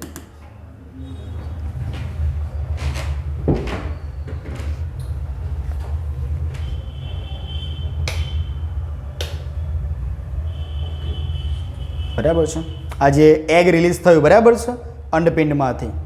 હવે અહીંયા યોનિમાર્ગ જે શુક્રકણો છે, બરાબર છે, ફેલોપિયન ટ્યુબમાંથી મીન્સ કે ગર્ભાશયમાંથી એ ફેલોપિયન ટ્યુબ તરફ આગળ વધશે. અહીંયા તમારું આ શું છે? અંડકોષ છે. અહીંયા જે શુક્રકોષો છે એમાંથી કરોડોની સંખ્યામાં શુક્રકોષો હોય, એમાંથી એક જ કોષ એવો હશે જે અંદર તોડીને જે અંડકોષ છે એમાં જગ્યા લેશે. અને જેવું આ તૂટીને કહેવાય ને કે અંડકોષમાં જગ્યા લેશે ને, અહીંયાથી દિવાલ બંધ થઈ જશે. પછી બીજા કોઈને એન્ટ્રી નહીં મળે, બરાબર. અને જે ટ્વિન્સ થવાની જે વાત છે ને એમાં એક સાથે અમુક 2 શુક્રકોષો અંદર જતા રહે, દિવાલ બંધ થઈ જાય અને પછી એ ટ્વિન્સ થાય છે ને, એ આખી કથા એની પાછળ જવાબદાર છે, બરાબર. આ તમારું જે આખું કહેવાય ને કે આ બીજ બની ગયું, બરાબર. 2 કોષ હતા, બરાબર. આ 2 ના 4 થયા, બરાબર. એટલે ભાઈ કોષ વિભાજનની પ્રક્રિયા ચાલુ થઈ ગઈ. ઓકે. હવે આ જે બીજ બની ગયું એ ક્યાં આવીને સ્ટે કરશે? ગર્ભાશયમાં આવશે,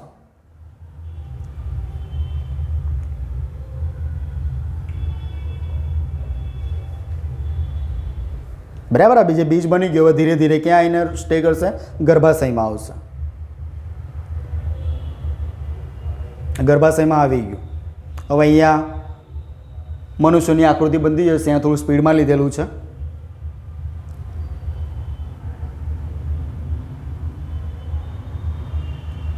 બરાબર છે. લગભગ આપણને ખબર છે ભાઈ 9 મહિનાનો સમયગાળો હોય છે પ્રસૂતિનો, બરાબર.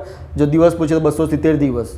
અને એમાં તમને કદાચ એવું પૂછે કે ભાઈ જે બાળક છે એનામાં હાર્ટ ક્યારે આવે છે, હૃદય ક્યારે આવે છે, તો 3 મહિના થાય ને પછી હૃદય આવે છે. 3 મહિનાનું જ્યારે બાળક થાય ને ત્યારે એનામાં હૃદય આવે છે. અને આ વસ્તુ છે એ ગર્ભનાળ છે, જે માં શું કહેવાય કે માં સાથે કનેક્ટ હોય છે અને એને જે બાળકને પોષણ આપવાનું કામ કરતું હોય તો ગર્ભનાળ છે. ઇવન આ જે બાળક છે એ જે બી કંઈ ઉત્સર્ગ કરે છે, ઉત્સર્ગ મીન્સ કે એનો જે બી ખરાબ જે કચરો જે બધું નીકળતો હોય છે ને એ ગર્ભનાળ મારફતે એ મહિલા દ્વારા એ બહાર ફેંકાય છે વસ્તુ, બરાબર, એના રુધિરમાં પ્રવેશે છે.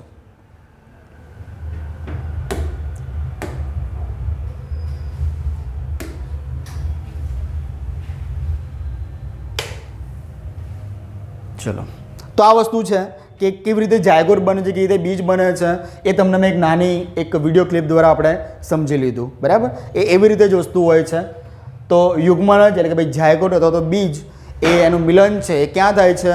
તો ફેલોપિયન ટ્યુબમાં થાય છે. ક્યાં થાય છે? ફેલોપિયન ટ્યુબમાં થાય છે.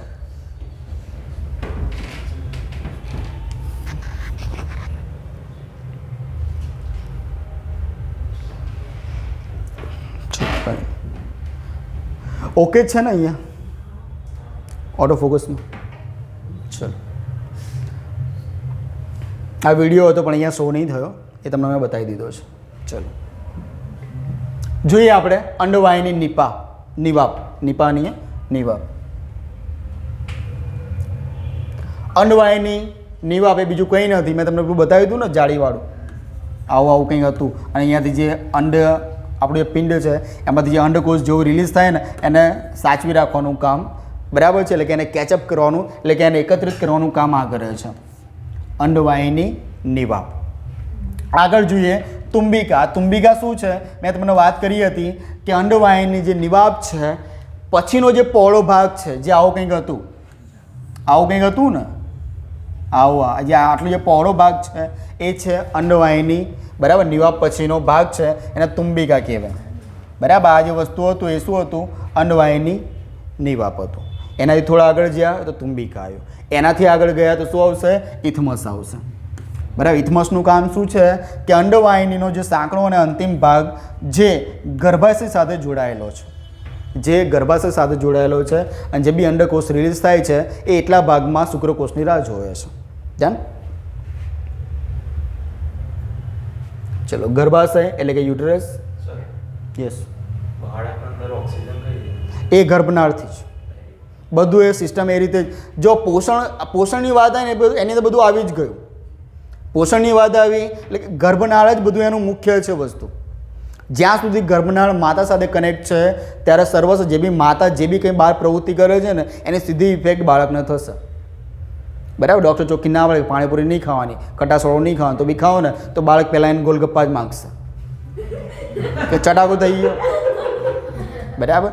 એટલા માટે આપણા જે વડીલો છે કહે છે કે જ્યારે બાળક ગર્ભમાં હોય ને એની પહેલાં બી એક પ્રક્રિયા હોય કે તમારે ગર્ભ સંસ્કાર કરાવવા પડે, બરાબર. અત્યારે જે ડિઝાઇન બેબીની વાત છે ને, તમે જેવું વિચારો છો એવું તમારે બેબી જોઈતું હોય ને તો એ પ્રમાણે પૂરેપૂરી કેર માતાએ કરવાની હોય. માતા જેવું કરશે કેમ કે મોટાભાગના લક્ષણો માતાના આવતા હોય છે, બરાબર છે. મોટાભાગના લક્ષણો માતાના આવતા હોય છે.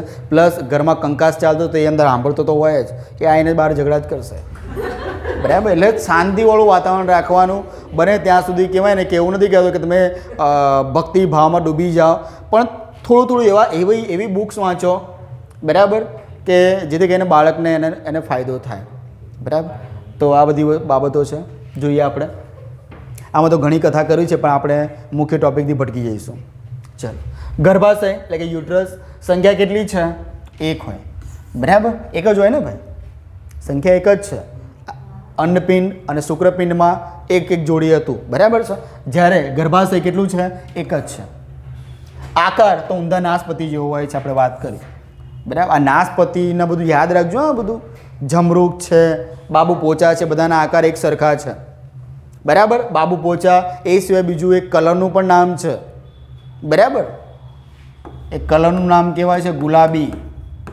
આ બી ફળ છે એ બી નાશપતિ જેવો આકાર ધરાવે છે, બરાબર.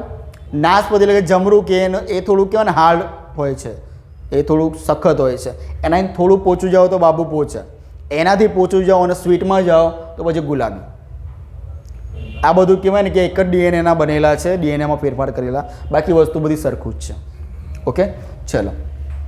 અંડવાહિનીમાં યુગ્મન જ બન્યા પછી તે યુગ્મન જ છે ભાઈ એ ગર્ભાશયમાં આવે છે, બરાબર છે. અંડવાહિનીમાં શું કહેવાય કે યુગ્મન જ બને છે અને યુગ્મન જ બન્યા પછી યુગ્મન એટલે ભાઈ જાયગોટ એક કહેવાય ને કે એક પરિપક્વ થયેલું જે બીજ છે એ ક્યાં આવે છે? ગર્ભાશયમાં આવે છે.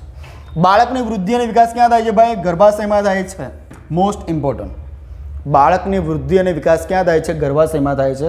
અને ગર્ભાશયના છાકડા છેડાને શું કહેવામાં આવે છે ભાઈ? આ ગ્રીવા કહેવામાં આવે છે.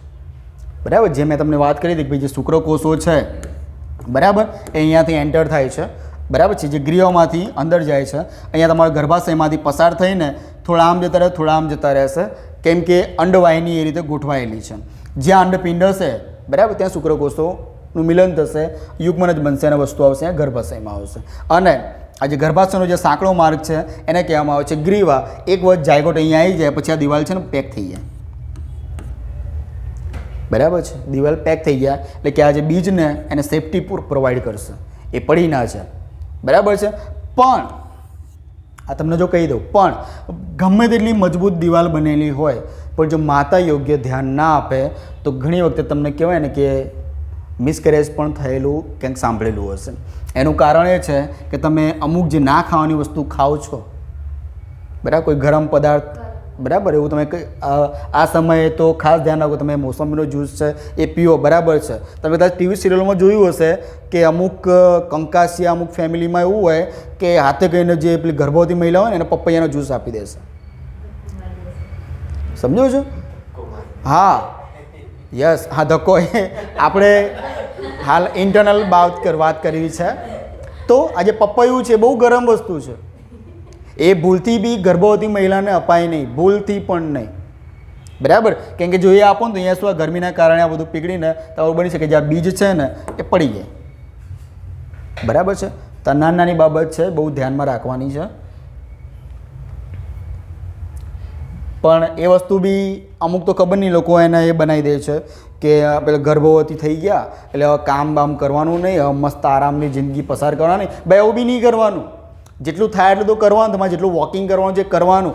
હાવ પછી પેલા કહેવાય ને કે ઢીલા ઢેફા જેવા બેસી રહ્યા હોય ને તો કોલેસ્ટ્રોલ વધશે, ચરબી વધશે, બરાબર. અને જે તમારા જે રક્તકણો છે, તમારું જે કહેવાય ને કે આરબીસીનું પ્રોડક્શન છે એ ઓછું થઈ જશે. આપણે વાત કરી હતી કે માણસ સૂતો હોય ત્યારે કેટલા 5% જેટલા એના આરબીસી ઘટી જાય.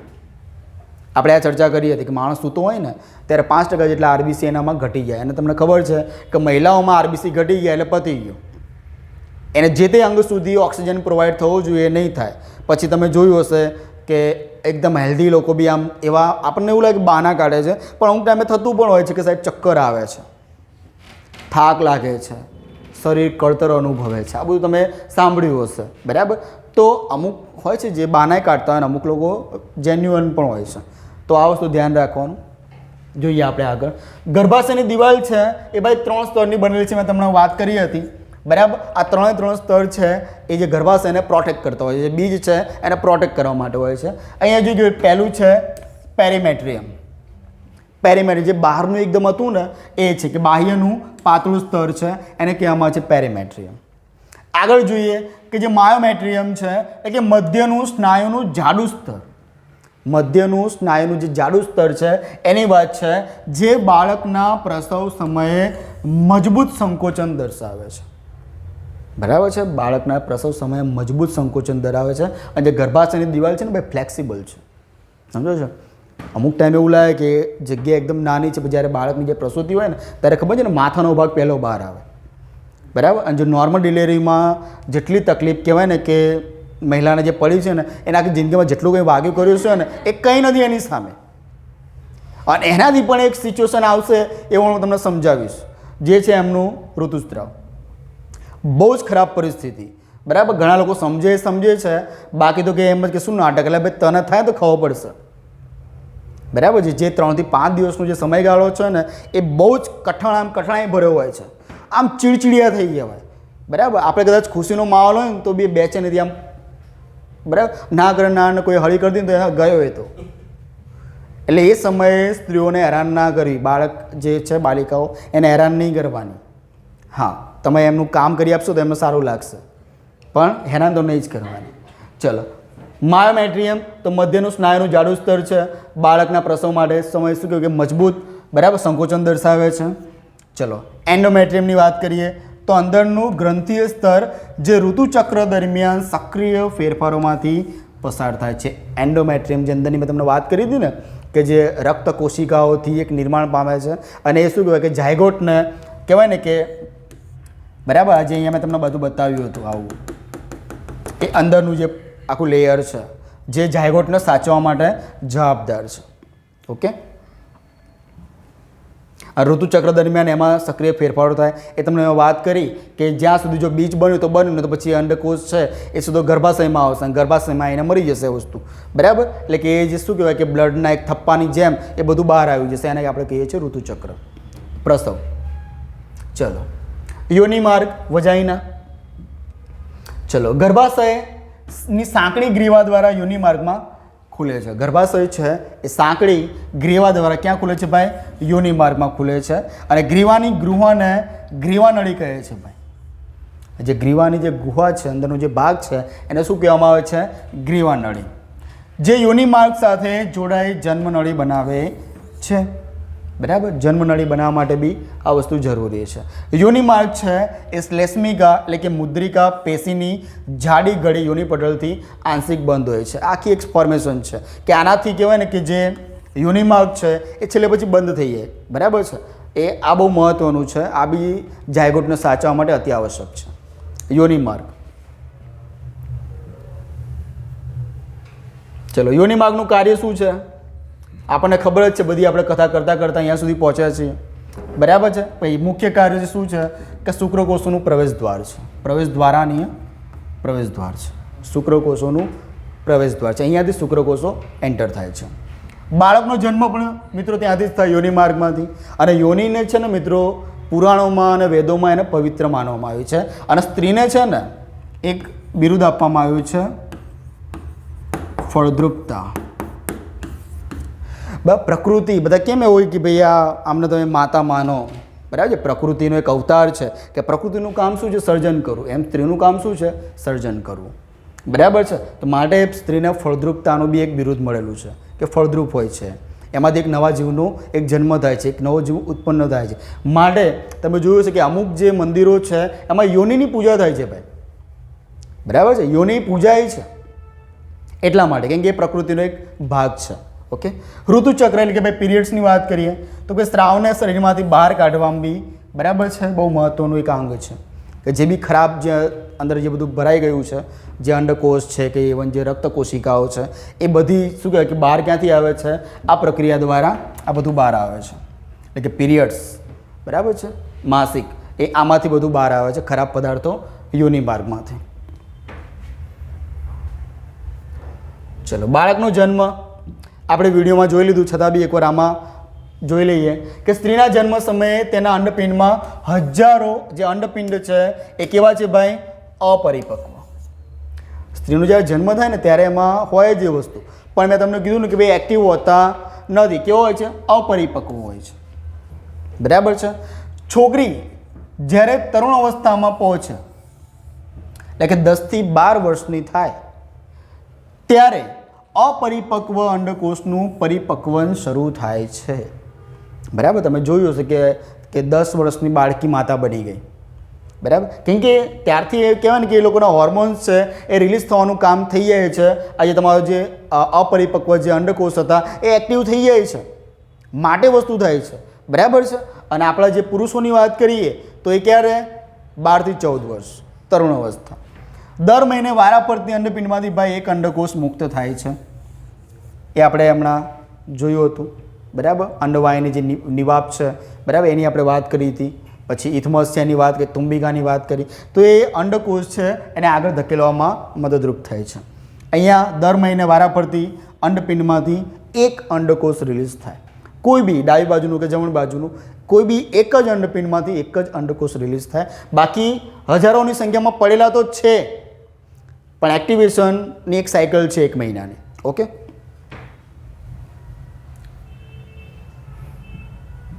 ચલો, અંડકોષ મુક્ત થઈ અંડવાહિનીમાં પ્રવેશે છે એ આપણે હમણાં જોઈ લીધું. અને કોની? શુક્રકોષની રાહ જોવે છે એ બી ચર્ચા થઈ ગઈ.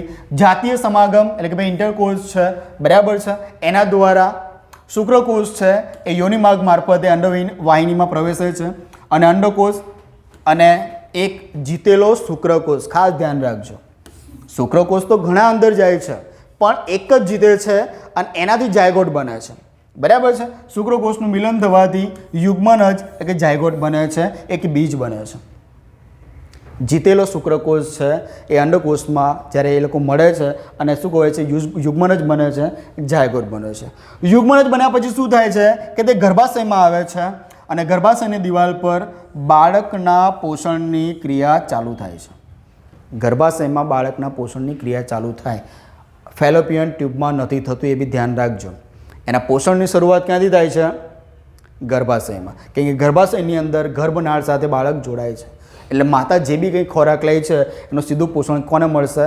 બાળકને મળશે. ઓકે, એટલે કે ભાઈ ગર્ભાશયની અંદર જ બાળકના જે પોષણ છે એનો વિકાસ થાય છે. ચલો, જરાયુ એટલે કે ગર્ભનાળ, બરાબર. ગુજરાતી જરાયુ એને કહેવાય છે ગર્ભનાળ.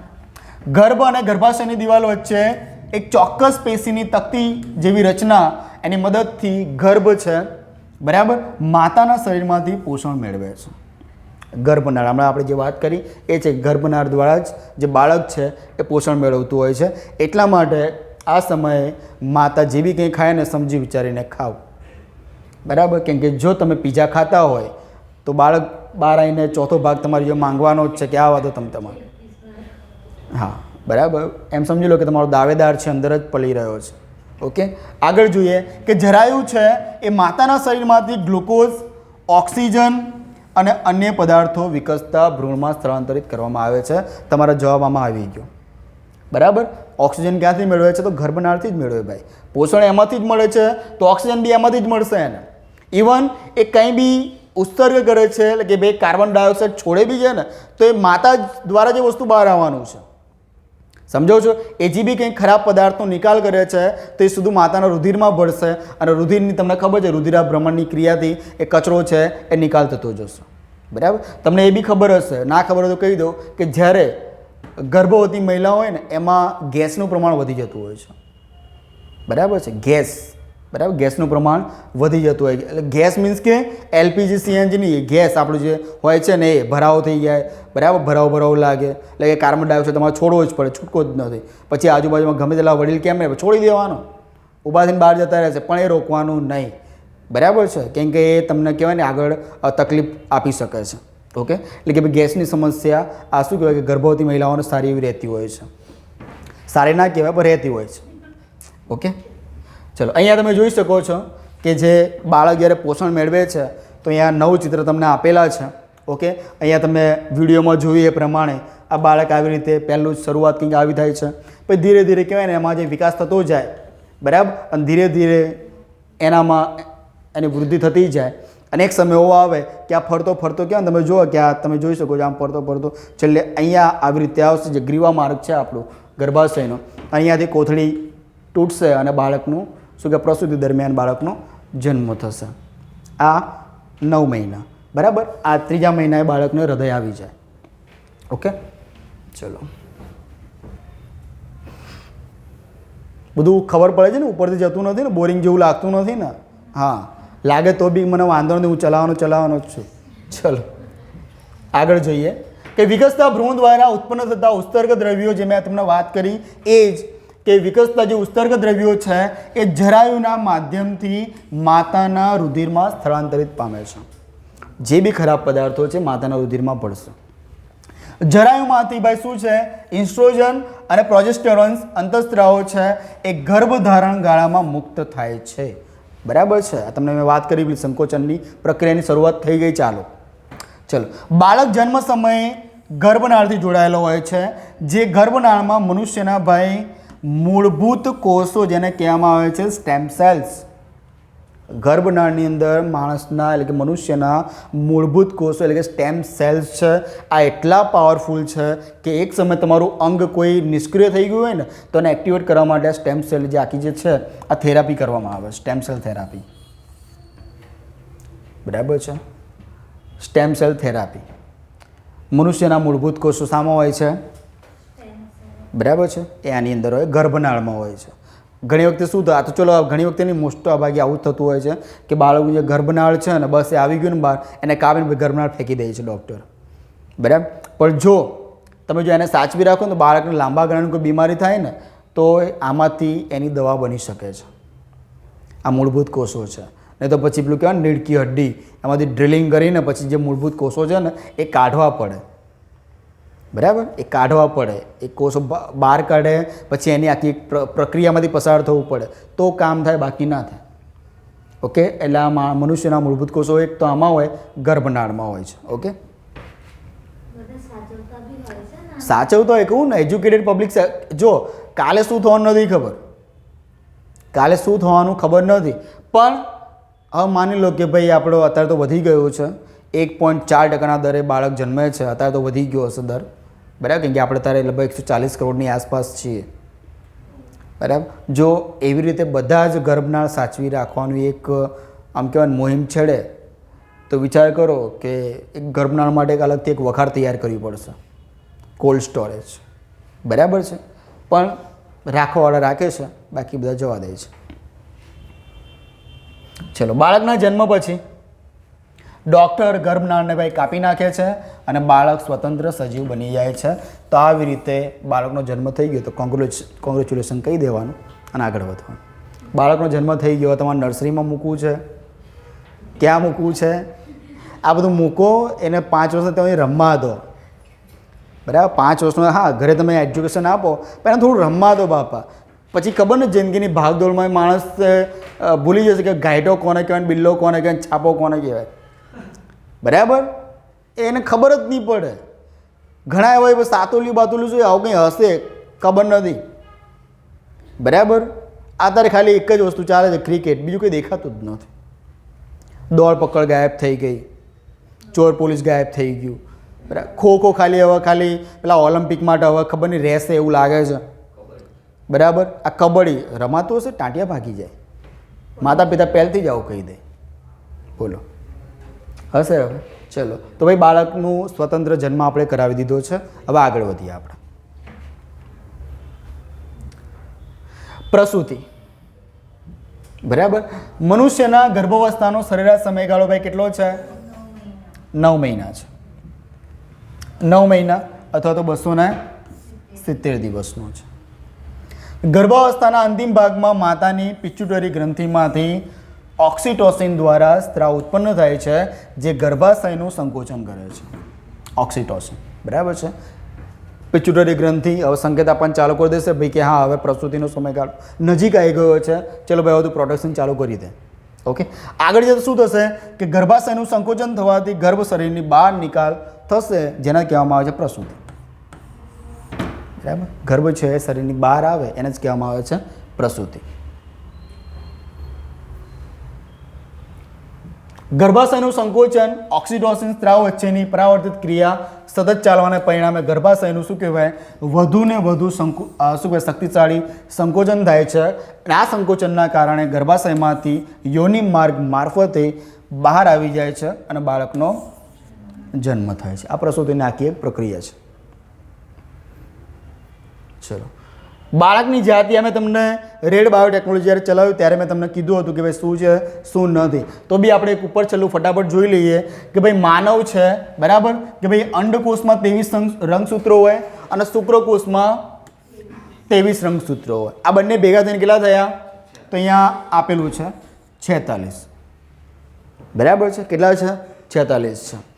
આદિ ફલન દરમિયાન શુક્રકોષો અને અંડકોષો એટલે કે 23 + 23 એટલે કે 46 રંગસૂત્રો બને છે. જોડ પૂછે તો કેટલી રંગસૂત્રોની? 23 હોય ને ભાઈ. રંગસૂત્રોની જોડ પૂછે કેટલી? 23. ટોટલ કેટલા? 46. પણ તમને એમ પૂછે કે બાળકની જાતિ નિર્ધારણ માટે કયા નંબરની જોડ આવશ્યક છે?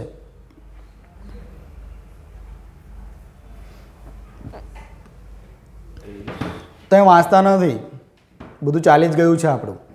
23મા નંબરની જોડ છે ને એ તમારું જાતિ નિર્ધારણ કરે છે અને આગળની જે 22 જોડ છે એ દૈહિક એક સ્વરૂપ આપે છે. દૈહિક સ્વરૂપ આપવા માટે કેટલી 22 જોડ કાર્યરત છે અને એક જ એવી જોડ છે જે તમને કહેવાય ને કે ભાઈ બાળક સ્ત્રી છે કે પુરુષ છે એ નક્કી કરવા માટે જવાબદાર છે. બરાબર, તમને ખબર જ હશે કે ભાઈ આ તમારું શું કે ભાઈ આ ગર્લ્સ છે, આ બોયઝ છે. આપણે ગર્લ્સ બોય નથી રાખવું, આ ફિમેલ છે ને આ મેલ છે. બરાબર ને?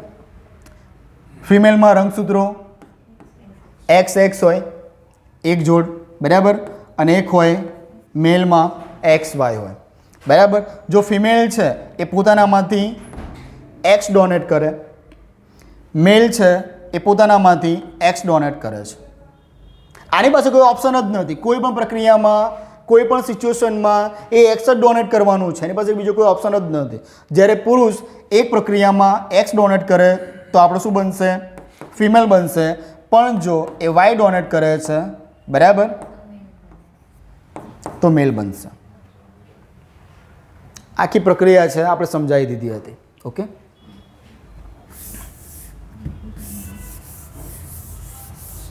જાણું થઈ ગયું લો. હા, ચલો. ઓકે, તો સ્ત્રીના XX રંગસૂત્રો અને પુરુષમાં XY રંગસૂત્રો હોય છે. છતાં પણ અત્યારે સમાજમાં જો છોકરો નથી આવતો તો સ્ત્રીને જવાબદાર ઠેરવવામાં આવે છે. તો એ ના સમજનો સમજાવો કે તમારા, બરાબર, જે કહેવું હોય કહી દેજો. બરાબર, તમારા છોકરામાં તકલીફ છે, બાકી અમારામાં કંઈ વાંધો નથી. અમે ફક્ત X જ ડોનેટ કરી શકવાના, પણ આ બધું ત્યાં સમજાવાય પણ નહીં. નવાઈની ભણેશ્રી થઈ ગઈ છે તો, બરાબર, તો આવા મેળે સાંભળવા પડે. પણ આપણે સમજી જવાનું કે આપણો આમાં ક્યાંય વાંક નથી. બરાબર, ચલો. સ્ત્રીમાં બધા જે જનન કોષો છે, અંડકોષો છે, એ X લિંગી રંગસૂત્રો ધરાવે છે. જ્યારે પુરુષમાં 50% X અને 50% Y રંગસૂત્રો હોય છે. જો ફલિતાન વખતે આપણે મેં હાલ કથા કરી XX રંગસૂત્રો હોય તો માદા બાળક અને XY રંગસૂત્રો હોય તો નર બાળક વિકાસ પામે છે. ચલો, આ આપણા હમણાં થોડી નાની કથા કરી હતી, થોડું ડીપમાં જોઈ લઈએ કે ભાઈ માતા છે એમાં જે દૂધ સ્ત્રાવ છે એ ક્યારે થાય એની આપણે વાત કરીએ. તો ભાઈ ગર્ભાવસ્થા દરમિયાન સ્ત્રીની સ્તન ગ્રંથિઓ વિકાસ પામે છે. પણ આની શરૂઆત ક્યાંથી થાય છે? તો જ્યારે છોકરી છે એ તરુણ અવસ્થામાં આવે ત્યારે એનામાં થોડાક દૈહિક ફેરફારો થવા લાગે. બરાબર છે, એનો જે છાતીનો ભાગ છે ઉપસવા લાગે, એટલે કે જે સ્તન ગ્રંથિ છે એ એક્ટિવેટ થાય છે. બરાબર, પણ જ્યારે દૂધનો સ્ત્રાવની વાત આવે તો એ મહિલા જ્યારે ગર્ભવતી થાય છે અને જે પિચ્યુટરી ગ્રંથિ એક્ટિવેટ થાય અને ત્યાં કહે સ્તન ગ્રંથિને કે ભાઈ હવે તું એક્ટિવેટ થઈ જા. બરાબર, પણ આ બી એક કથા એવી છે કે જે સ્તન ગ્રંથિ છે, જે દૂધ સ્ત્રાવ થાય છે, જો તમે બાળક ચીરફાડથી લો છો તેને શું કહેવામાં આવે છે? સિઝેરન, હે ને, સિઝેરિયન. ઓકે, તો એમાં છે ને જે આ દૂધ જે આપણી જે ગ્રંથિ છે એ જલ્દી એક્ટિવેટ થતી નથી. પછી નોર્મલ ડિલિવરી થાય ને તો ફટાફટ એક્ટિવેટ થઈ જાય, બાળકને 1 કલાકમાં દૂધ મળી જાય. બરાબર, એટલા માટે મોટાભાગના લોકો સલાહ આપે છે કે ભાઈ ડિલિવરી તો નોર્મલ જ થવી જોઈએ. થોડી તકલીફ પડશે, બરાબર છે, જે ગર્ભાશય છે, બરાબર, એનું જે મુખ છે એ પહોળું થશે, વધારે તકલીફ પણ પડશે. પછી સ્ત્રીને શું કહેવાય કે થોડી તકલીફ સહન કરવી પડશે, પણ આગળ જતાં કસરત કરશે ને તો એ વસ્તુ નોર્મલ થઈ જશે. જ્યારે આમાં એક વખત ચીરો પડી ગયો ને પછી પતી ગયું. શસ્ત્રક્રિયા એ બહુ જ ખરાબ વસ્તુ છે. અને ડૉક્ટરોની જો હોસ્પિટલો ધૂમધામથી ચાલતી હોય ને તો આ સિઝેરિયનથી જે વસ્તુ સામાન્ય રીતે થતું હોય ને એ લોકો એને બી ટિપિકલ કેસ બનાવીને કે આ તો કરવું જ પડશે. સિવિલમાં હજુ પણ તમે આ તો ચલો વસ્તુ અલગ છે કે આપણે એક અંદર ભ્રમ ઘૂસી ગયો સિવિલ એટલે ખરાબ. સિવિલ જેવી સારી વસ્તુ કોઈ નથી. સિવિલમાં મોટાભાગના ડૉક્ટરોનું પહેલું એ જ પ્રાયોરિટી હોય કે મહિલાની નોર્મલ ડિલિવરી થાય. એ લોકોની પહેલી પ્રાયોરિટી એ જ હોય. બરાબર, પ્રાઇવેટમાં ગયા તો કપાઈને જ બહાર આવશો, બંને રીતે. બરાબર છે, પેટમાં બી કાપો પડશે અને રૂપિયા બી કપાશે, વસ્તુ અલગ છે. ઓકે, તો અહીંયા આપણે જોઈ લઈએ કે ભાઈ ગર્ભાવસ્થા દરમિયાન સ્ત્રીની શું કહેવાય કે સ્તન ગ્રંથિઓનો વિકાસ પામે છે. બરાબર, અને શું કહેવાય કે દૂધ ઉત્પાદન શરૂ કરે છે, જેને દૂધસ્ત્રાવ કહે છે. ગર્ભાવસ્થા દરમિયાન માતાની જે પિચ્યુટરી ગ્રંથિમાંથી, બરાબર, પોલેક્ટિન અંતઃસ્ત્રાવ છે એ ઉત્પન્ન થાય છે. પોલેક્ટિન તે દૂધના સ્ત્રાવનું નિયમન કરે છે. તે દૂધના સ્ત્રાવનું નિયમન કોણ કરે છે? તો આ પ્રોલેક્ટિન જે અંતઃસ્ત્રાવ છે એ, અને કોના દ્વારા? તો પિટ્યુટરી ગ્રંથિ દ્વારા. પિટ્યુટરી ગ્રંથિ એટલે ભાઈ આપણે જ્યારે ચલાવીશું અલગ અલગ પ્રકારની જે ગ્લેન્ડ્સ છે, ગ્રંથિઓ છે, અંતઃસ્ત્રાવી છે, બાહ્યસ્ત્રાવી છે, એની અંદર જો માસ્ટર ગ્રંથિ હોય તો ભાઈ પિટ્યુટરી છે. બરાબર છે. જેનામાં આ એક્ટિવેટ નહીં હોય ને એ ઠીંગણા હશે. આનો વિકાસ સારો હશે ને તો એની હાઇટ લાંબી હશે. એટલે કે ભાઈ શરીરની વામનતા અને વિરાટતા પાછળ જો કોઈ જવાબદાર ગ્રંથિ હોય ને તે પિટ્યુટરી ગ્રંથિ છે. અને આ જ ગ્રંથિ માતા જ્યારે ગર્ભવતી થાય છે ત્યારે એને જે દૂધ સ્ત્રાવ માટે પણ અગત્યનો ભાગ ભજવે છે. એટલા માટે માસ્ટર ગ્રંથિ છે. બરાબર. કયો અંતઃસ્ત્રાવ છે ભાઈ? પ્રોલેક્ટિન. બરાબર. જે શું કરે છે? દૂધ સ્ત્રાવનું નિયમન કરે છે. દૂધ સ્ત્રાવ નવા જન્મેલા બાળકને પોષણ, બરાબર છે, ખોરાક આપવા માટે મદદ કરે છે. મેં હમણાં તમને વાત કરી જે પેલી આવશ્યક કથા એન્ટીબોડીવાળી. ચલો, દૂધ સ્ત્રાવના શરૂઆતના દિવસો દરમિયાન દૂધ ઉત્પાદનને, બરાબર, જે કોલોસ્ટ્રમ કહેવામાં આવે છે, જે કેવા રંગનું હોય છે ભાઈ? આછા પીળા રંગનું હોય છે, જેમાં ઘણા એન્ટીબોડી હોય છે. ઘણા એન્ટીબોડી હોય છે જે નવા જન્મેલા બાળકમાં રોગ પ્રતિકારકતા વિકસાવવામાં મદદ કરે છે. મોસ્ટ ઇમ્પોર્ટન્ટ, મેં તમને વાત કરી કે 1 કલાકની અંદર બાળકને દૂધ આપી દેવાનું, ડબ્બાવાળું નહીં. બરાબર છે. કેમ કે એ કંઈ લાભદાયી નથી. બરાબર. કયું છે? એમાં સૌથી વધારે એન્ટીબોડી છે. પ્રથમ જે દૂધ છે, બરાબર છે, એમાં શું હોય છે ભાઈ? કોલોસ્ટ્રમ, જે આછા પીળા રંગનું હોય છે. એ બાળક માટે બહુ જ હેલ્ધી છે. બાળકના જન્મના ભાઈ 1 કલાકની અંદર 1 કલાકની અંદર માતાનું ધાવણ છે, દૂધ છે, એ આપી દેવાનું ફરજિયાત. બરાબર. નથી આપતા તો બની શકે કે બાળકને કોઈ લાંબા ગાળાની બીમારી થવાની સંભાવના વધી જાય. ખાસ કરીને અસ્થમાની ઇફેક્ટ જલ્દી આવી જાય છે. અસ્થમા છે, તમને ખબર છે, બાળક જન્મે ને એટલે પહેલું જ તેમના કમળો કે કમળી દેખાય. બરાબર છે. તો આ બધું જરૂરી છે. એટલે 1 કલાકની અંદર માતાનું જે પ્રથમ ધાવણ છે એ બાળકને આપવું આવશ્યક છે. ચલો, હવે સ્તન ગ્રંથિ. ઓકે, એનું જે કેન્સર છે ભાઈ, અમુક ટાઈમે સ્તન કેન્સર ઘણી ગર્ભવતી મહિલાઓને હોય છે, પણ એ લોકો ઇગ્નોર કરે છે કે હશે, પણ જો પ્રોપર ધ્યાન ના આપવામાં આવે તો તમને ખબર છે, કેમ કે એ ભાગ જ એવો છે કે તમને ગાંઠ છે કે નહીં એની ખબર જ ના પડે. એના માટે તમારે શું કરાવવું પડે ભાઈ? મેમોગ્રાફી. મેમોગ્રાફી છે, કરાવવું પડે તમારે. અમુક ટાઈમે જો ગર્ભવતી મહિલા છે તો શું કહેવાય કે એને ચેકઅપ કરાવવું જોઈએ કે ભાઈ બધું ઓકે છે ને. અને જો કંઈક દેખાય તો પછી તમારે એ પ્રમાણે નિદાન કરાવવું પડે. આ શરમમાં કેટલાય ઉકલી ગયા. બરાબર છે. તો આમાં શરમ ના જોઈએ. ચલો, તો અને આ જે પ્રક્રિયા છે કોણ કરે ભાઈ? રેડિયોલોજિસ્ટ. તો જેને ધ્યાનમાં આવે, જે સોનોગ્રાફી વગેરે કરતો હોય ને એ લોકોના ધ્યાનમાં તરત આવે આ વસ્તુ. એટલે જ્યારે ચેકઅપ કરાવતા જતા હોય તો ખાલી બાળકને જોઈને નહીં આવી રહ્યું કે ઓકે દેખાય સારું, બધું વ્યવસ્થિત ચેકઅપ કરાવવાનું. બરાબર છે. કેમ કે એક નાની ભૂલ બી બાળકને નુકસાન કરી શકે છે. કેમ કે તમારે જો આમાં કેન્સર આવી ગયું તો ભાઈ પતી ગયું. બરાબર. તકલીફ વધી જશે. આ વસ્તુ પુરુષો સારા પ્રમાણમાં જાણતા હોય છે, પણ એ બી શરમમાં મરી જતા હોય છે. બરાબર. કે હું પુરુષ થઈને હું કેમ મારી જે છે વાઈફ એને આવું બધું કહું? એટલે કે ને ભાઈ તારું જ છે. બરાબર. જો જાણતા હોય તો કહો, નથી જાણતો તો ભાઈ કોઈની જોડે માહિતી મેળવો. કેમ કે આ વસ્તુ આવશ્યક છે. બરાબર. અને પહેલો જો કોઈ મિત્ર હોય, સાથી હોય, પાર્ટનર હોય તો એ પતિ જ છે.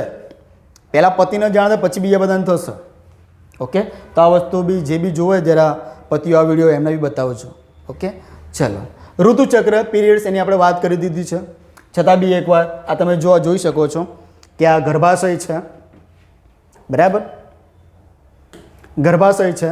અને અહીંયા પેલું શું કહેવાય કે જે અંડકોષ જે હતો એ અહીંયા ફલિત નહીં થયો, એટલે કે એને શુક્રકોષનું મિલન થયું નહીં, એટલે ક્યાં આવશે? અહીંયા આવશે. બરાબર. અને આ તમને ખબર છે કે ભાઈ જે જાયગોટ છે આ બીજને સાચવવા માટે જે અલગ અલગ પ્રકારના જે પેલા 3 લેયરની વાત કરી હતી એ અહીંયા દિવાલ બનાવી દેશે.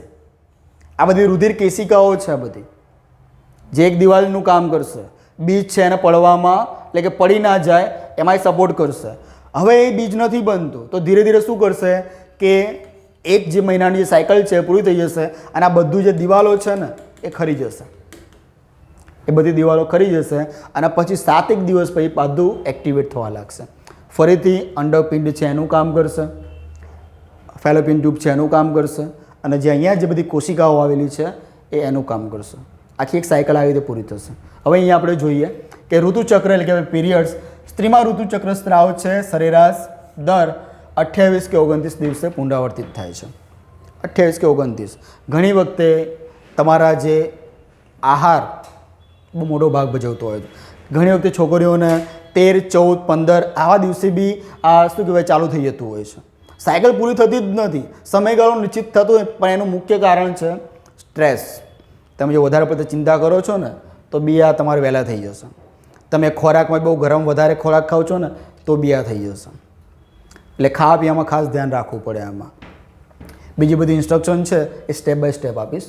સ્ત્રીમાં ઋતુચક્ર સ્ત્રાવ છે એ 28 થી 29 દિવસ, બરાબર. એક ઋતુચક્ર સ્ત્રાવથી બીજા ઋતુચક્ર વચ્ચેની જે ચક્રીય ઘટનાને જ મિત્રો કહેવામાં આવે છે ઋતુચક્ર. આખી એક સાયકલ છે. ઓકે. દરેક ઋતુચક્રની મધ્યમાં એક અંડકોષ છે એ મુક્ત થાય છે જેને અંડપાત કહે છે. એક એટલે કે ભાઈ અંડપિંડમાંથી એક અંડકોષ બરાબર રિલીઝ થયો જે ફેલોપિયન ટ્યુબમાં રાહ જોવે છે. એ જો બીજ નથી બનતું તો એ ખરી જશે. આખી એક સાયકલ અવિરત ચાલતી રહે છે. ચલો, અંડપાત પહેલાં ફલિત અંડકોષો છે એ ગર્ભ મેળવવા માટે ગર્ભાશયની દિવાલ તૈયાર કરે છે. પેલી દિવાલની મેં વાત કરી ને તમને, ગર્ભપાત, બરાબર. એ કે ફલિત જે અંડકોષ છે એ મેળવવા માટે જે ગર્ભાશય છે એક દિવાલ બનાવશે ભાઈ. ગર્ભાશયની દિવાલ તૈયાર કરે છે અને ગર્ભાશયની દિવાલ જાડી અને રુધિર કેશિકા યુક્ત.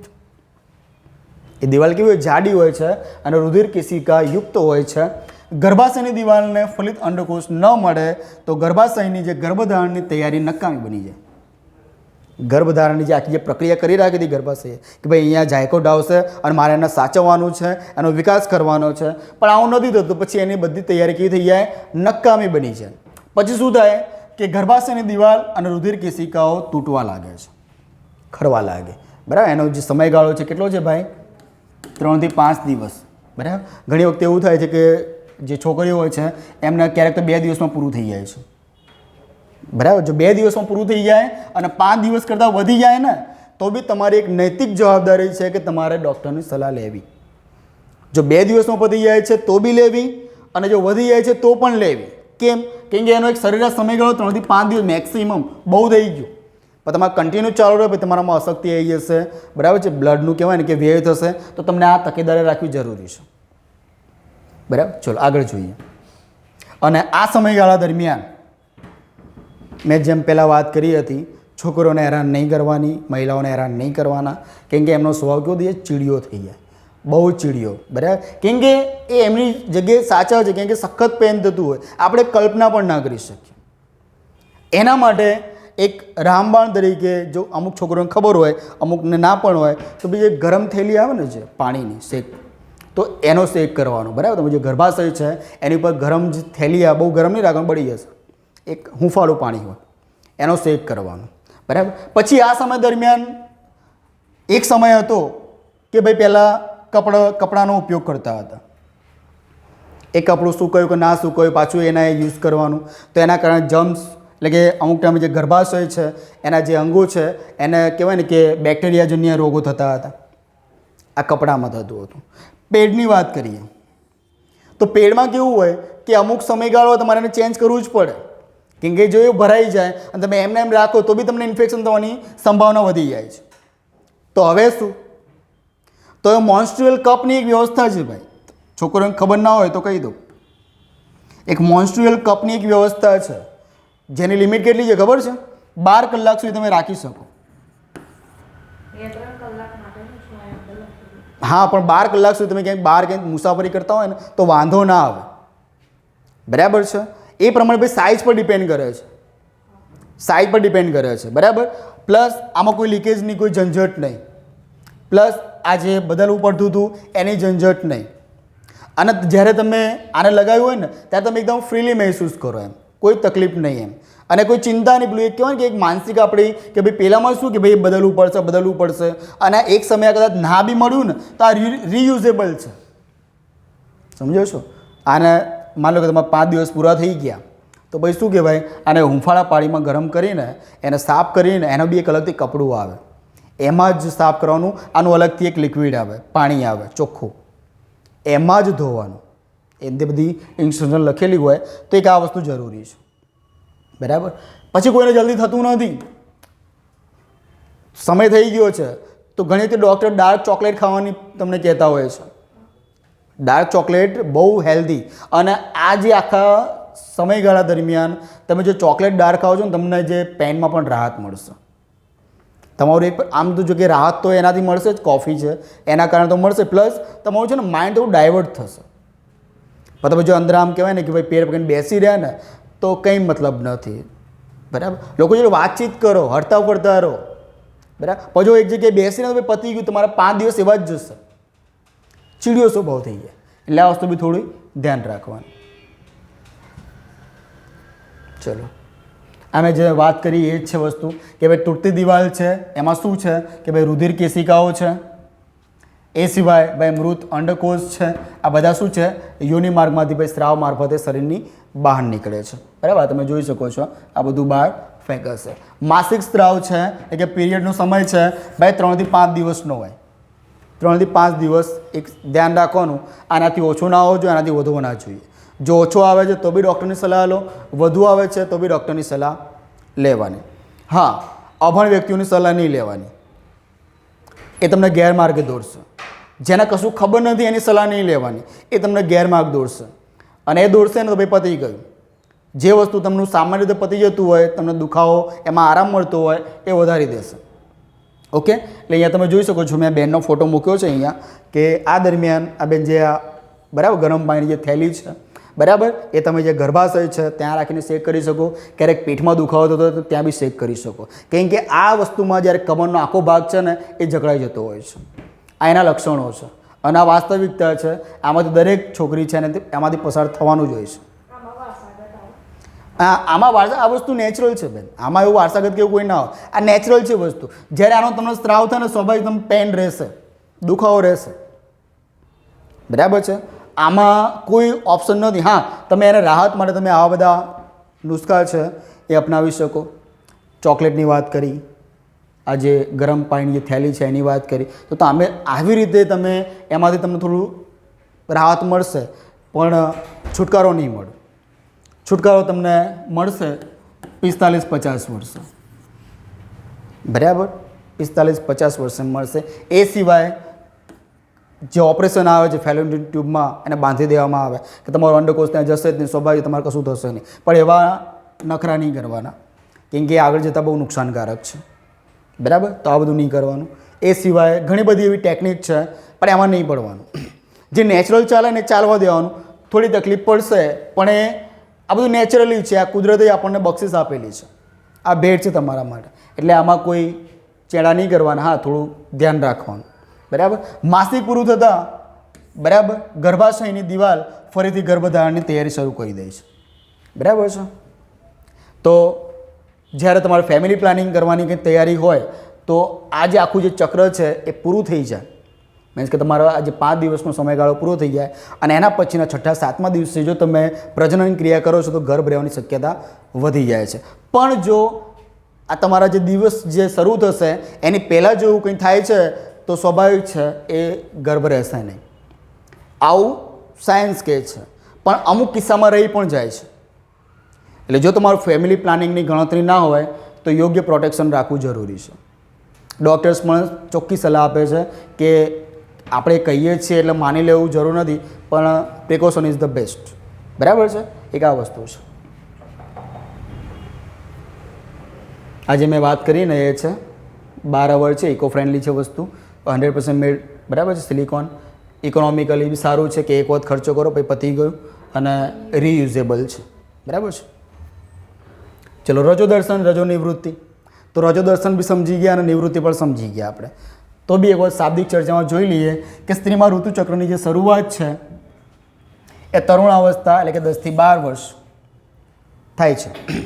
પ્રથમ વખતના ઋતુચક્રને ભાઈ શું કહેવામાં આવે છે? રજો દર્શન. શરૂઆત થાય ને રજો દર્શન કહેવાય. અને એ સમયે છોકરીઓની અમુક જે સ્ટેટ છે ત્યારે પૂજા થતી હોય છે. બરાબર. અમુક જે સ્ટેટ છે પૂજા કરતા હોય છે છોકરીઓની કે ભાઈ રજો દર્શન ચાલુ થઈ ગયું ને એટલે કે ભાઈ હવે છોકરી પરિપક્વ થઈ ગઈ છે એક નવા જીવને જન્મ આપવા માટે. ઓકે, ચલો રજો નિવૃત્તિની વાત કરીએ આપણે તો જ્યારે સ્ત્રી 45 કે 50 વર્ષની વયે પહોંચી જાય ત્યારે ઋતુચક્ર છે કેવું બની જાય ભાઈ? અનિયમિત બની જાય છે અને ક્યારેક ક્યારેક બંધ થઈ જાય છે અને એને જ કહેવામાં આવે છે રજો નિવૃત્તિ. સ્ત્રીની તરુણાવસ્થાની વાત કરીએ તો 10 થી 12 વર્ષ અને પુરુષમાં 13 થી 14 વર્ષ. બરાબર છે. ચલો ક્યારે કયા ડૉક્ટરને મળવું એની બી ચર્ચા કરી લઈએ આપણે કે જો બાળકના જન્મના 9 મહિનામાં પ્રથમ 2 થી 3 મહિના ગર્ભ કહેવાય, બરાબર, જ્યારે છેલ્લા 6 થી 7 મહિનાને ભ્રૂણ કહેવામાં આવે છે. આ ભ્રૂણ સમયે ગર્ભાશયના અભ્યાસને એમ્બ્રિયોલોજી કહે છે. બરાબર છે. ગર્ભ સમયે ગર્ભાશયના જે અભ્યાસ છે એને શું કહેવામાં આવે છે? એમ્બ્રિયોલોજી. ચલો પહેલું છે રેડિયોલોજિસ્ટ, એટલે કે ભાઈ ભ્રૂણનો વિકાસ ચેક કરવા, વિકાસ થાય છે કે નહીં એ ચેક કરવા માટે બરાબર શું કરવામાં આવે છે ભાઈ? સોનોગ્રાફી કરવામાં આવે, જેના ડૉક્ટરને રેડિયોલોજિસ્ટ કહેવામાં આવે છે. જેના ડૉક્ટરને શું કહેવામાં આવે છે? રેડિયોલોજિસ્ટ. આ જો અહીંયા ડૉક્ટર ચેક કરી રહ્યા છે, અહીંયા બાળકનું મોઢું દેખાઈ રહ્યું છે. ઓકે, તો આ સોનોગ્રાફી જે રેડિયોલોજિસ્ટ કરે, જે પેટ ઉપર એક જેલી જેવું એક આવે પદાર્થ લિક્વિડ એ લગાવીને પછી એમાં શું કહેવાય? અલ્ટ્રાસોનિક સાઉન્ડ છે એ પસાર કરીને આખી આ પ્રક્રિયા થતી હોય છે. ખાસ માત્ર ને માત્ર ભ્રૂણનો વિકાસ જ જાતિ ચેક કરવામાં આવશે નહીં અને જો કોઈ ડૉક્ટર પકડાયો તો એ કાનૂની અપરાધી છે. બરાબર છે. એ વસ્તુ ડૉક્ટર નહીં કરી શકે અને કોઈ કરે છે અને જો તમને જાણ થાય તમે કમ્પ્લેન કરી શકો, એ ડૉક્ટરને સારી એવી મસ્ત સજા થશે. બની શકે કે એનું લાઇસન્સ છે એ રદ થઈ જાય. ઓકે, પણ આપણે આવું કે મિડલ ક્લાસમાં આવું ચિંતા નહીં. આ બધું કે પેલા જે હાઈફાઈ ફેમિલી હોય ને એમાં જ આ બધા નાટક હોય છે કે મારો વંશ આગળ કોણ લઈ જશે અને એમાં ને એમાં જ લોચા લાપસી થતા હોય છે. મિડલ ક્લાસમાં વાંધો નથી. ચલો ગાયનેકોલોજિસ્ટ, એટલે કે બાળકના જન્મ કરાવતા ડૉક્ટરને ભાઈ ગાયનેકોલોજિસ્ટ કહેવામાં આવે છે. એ સિવાય સ્ત્રી રોગ અને બાળકના પ્રસૂતિના જે નિષ્ણાંત હોય છે એ ડૉક્ટર કોણ છે? ગાયનેક. અને ખાલી બાળકના પૂછે તો ખાલી બાળકના સાહેબ આવું તમે ક્યાં ચલાવ્યું હતું? ખાલી બાળકના પૂછે તો પીડિયાટ્રિક્સ. શું આવે? પીડિયાટ્રિક્સ, બાળકોના નિષ્ણાંત. ચલો ફેમિલી પ્લાનિંગ, એની આપણે આ બધી કથા કરી દીધી હતી, છતાં એકવાર ખાલી એક નજર મારી લઈએ કે શું હતું એમાં. સ્લાઇડ પણ આ જ હતી, એ બી તમને કહી દઉં કે જે લોકોએ રેડ બાયોટેકનોલોજીનો લેક્ચર ના જોયું હોય એ જોઈ લેજો. આમાં એ બધું આપણે દર્શાવેલું છે. પહેલી ટ્રીટમેન્ટ જે ભાઈ IUI છે, એટલે કે ઇન્ટ્રા યુટેરિન ઇન્સેમિનેશન સિમેન, એટલે કે ભાઈ આપણું વીર્ય છે એ છે. એનો મતલબ શું થયો કે આ વસ્તુ તમે સમજી જ ગયા છો કે અહીંયા જાયગોટ બને છે, આ યુટ્રસ છે તમારું, આ ઊંધા નાસપતિ જેવી રચના ધરાવે છે, આ યોની માર્ગ છે, 2 અંડવાહિની છે, આ 2 અંડપિંડ છે, અહીંયા ભ્રૂણનો વિકાસ થાય. બરાબર, પણ આગળ પ્રોસેસ થાય કેમ નહીં? જો તમારું જે વીર્ય છે એ જ ગર્ભાશય સુધી પહોંચી ના શકતું હોય તો એ વસ્તુ નકામું બને છે. એના માટે ટ્રીટમેન્ટ કરવામાં આવે છે. ચલો સમસ્યા શું છે કે જે શુક્રકોષો છે ગર્ભાશય સુધી પહોંચી શકતા નથી. અને શુક્રકોષો ગર્ભાશય સુધી પહોંચે તો સ્વાભાવિક છે કે ફેલોપિયન ટ્યુબ છે એમાં જઈ શકશે નહીં. અને ફેલોપિયન ટ્યુબમાં નહીં જાય તો સ્વાભાવિક છે જે અંડકોષ ત્યાં રાહ જોવે છે, શુક્રકોષનું મિલન થવાનું નથી, જાયગોટ બનવાનું નથી અને બાળક છે એની જન્મની પ્રક્રિયા થવાની નથી. માટે શું કરવામાં આવે કે જે શુક્રકોષો છે એ ડાયરેક્ટ ગર્ભાશયમાં ઇન્જેક્ટ કરવામાં આવે અને પછી તમને ખબર છે કે ગર્ભાશયમાં કોઈ શુક્રકોષો આવી ગયા પછી એનું કામ સારી રીતે કરી દેશે અને આખી પ્રક્રિયાને અંતે બાળકનો જન્મ થશે. એકબીજાને કોંગ્રેચ્યુલેટર્સ કહેશે અને ડૉક્ટર છે એ ભારે ભરખમ ફી ઉઘરાઈને ઘરે જશે. બરાબર છે. ચલો બીજી સમસ્યા છે, સમસ્યાની આ બધા ઇલાજ છે. IVF છે, ટેસ્ટ ટ્યુબ બેબી, એટલે કે ઇન વિટ્રો ફર્ટિલાઇઝેશન. એટલે કે ભાઈ અંડવાહિનીમાં સમસ્યા હોય, અંડવાહિનીમાં સમસ્યા હોય એટલે કે ભાઈ એ આગળ વસ્તુ આવવાનું નથી ગર્ભાશય સુધી, એટલે શું કરવામાં આવે કે ટેસ્ટ ટ્યુબમાં એટલે કે ફેલોપિયન ટ્યુબમાં યુગ્મન જાયગોટ બનાવવામાં આવે અને દુનિયાની પ્રથમ ટેસ્ટ ટ્યુબ બેબી કોણ હતી ભાઈ? લુઈ બ્રાઉન 25/7/1977 જન્મી હતી. બરાબર છે. આ કૃત્રિમ રીતે કહેવાય ને યુગ્મનજ બનાવવામાં આવે, આમ કુદરતી રીતે બની જતું હોય, પણ જ્યારે ફેલોપિયન ટ્યુબમાં તકલીફ હોય ને ત્યારે તમારે ટેસ્ટ ટ્યુબ બેબી ટ્રીટમેન્ટ છે એનો ઉપયોગ કરવો જોઈએ. ચલો, આ ટેકનોલોજી છે દુનિયાભરમાં પ્રચલિત કરનાર વ્યક્તિ કોણ હતા ભાઈ? તો રોબર્ટ એડવર્ડ છે. અને ભારતની પ્રથમ છે કનુપ્રિયા ઉર્ફે દુર્ગા, અને ગુજરાતની પ્રથમ છે હર્ષા ચાવડા. કોણ છે આ બધા?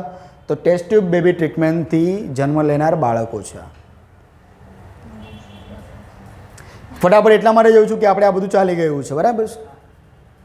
ચલો, સેરોગેસી મેં તમને કીધું ભાડુતી મધર, કે ભાડેથી મધર જોઈએ તો એ વસ્તુ મળી શકે છે, પણ નહીં પડવાનું એમાં. ચલો, ગર્ભાશયમાં સમસ્યા સર્જાય ત્યારે ભાડુતી મધરના ગર્ભમાં ઉછેર થશે અને લક્ષણ મૂળ માતાના આવશે. અને માતા આગળ ફરી જઈ જો કોન્ટેક્ટ નથી કરાયો અને કે ચલો ભાઈ તારે અડધી સંપત્તિમાં મારો ભાગ, તો પછી માણસ કંગાલ થઈ જાય એમાં. એટલે આપણે ઇન્ડિયામાં પ્રોહિબિશન છે આની ઉપર.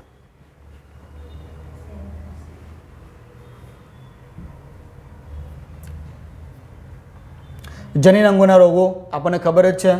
બરાબર, કયા કયા છે? 4 છે. મેં તમને કીધું કે આ 4 છે એ એસટીડી છે. STD, sexual transmitted disease. બરાબર, કે જનન જે આપણા અંગો છે એમાં થતા જે રોગો છે એના કારણે થતા રોગો છે એવા 4 છે. ગોનોરિયા છે, સિફિલિસ છે, ક્લેમિડિયા છે અને એડ્સ છે. આ 4 રોગ છે કેવા છે? એસટીડી ડિસીઝ, એટલે કે સેક્સ્યુઅલ ટ્રાન્સમિટેડ ડિસીઝ. જોઈએ આપણે આમાં શું છે. આ રોગ છે એ સેક્સ્યુઅલી ટ્રાન્સમિટેડ ઇન્ફેક્શન છે. ચેપગ્રસ્ત પુરુષો પેશાબ સાથે પીડા, બળતરા તથા જે વૃષણ છે એમાં દુખાવો અનુભવી શકે છે. શાની અંદર? તો ગોનોરિયામાં.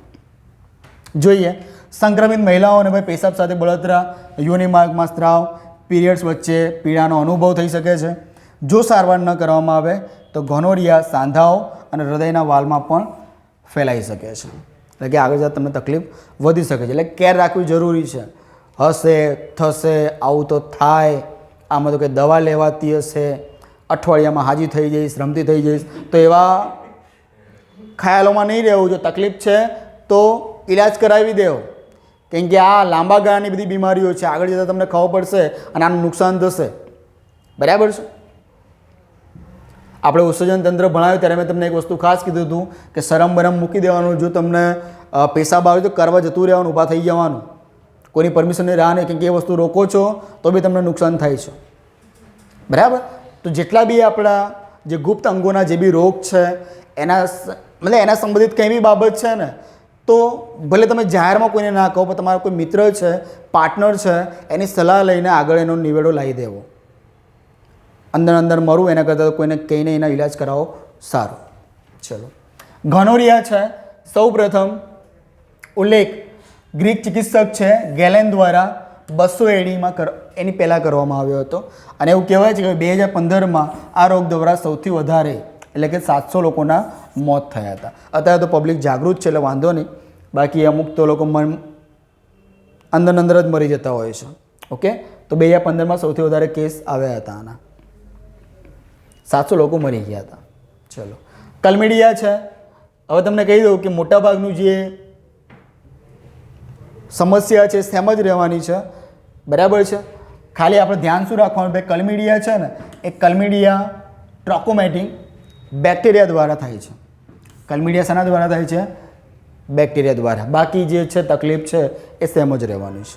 ઓકે, આમાં એક વધારાનું કે યુરિન મારફતે ક્યારેક બ્લડ પણ આવે.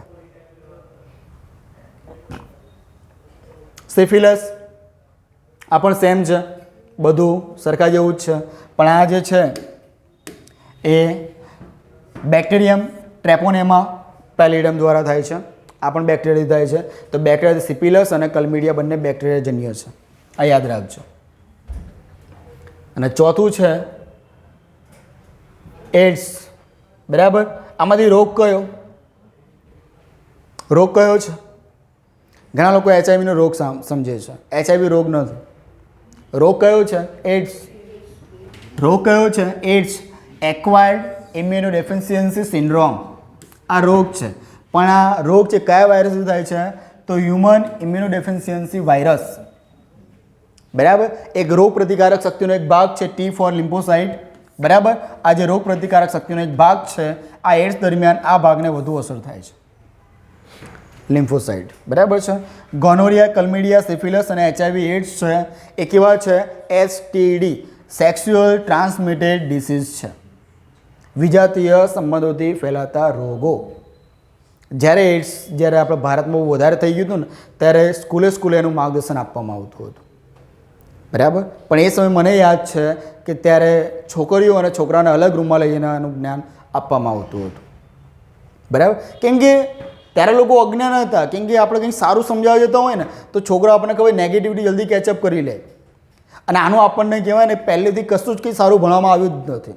આ અત્યારે એટલા માટે કરવું પડે છે કેમ કે અત્યારે તમે જુઓ કે બદીઓ વધી ગઈ છે, અજ્ઞાનતાના લોકો શિકાર બનતા જઈ રહ્યા છે.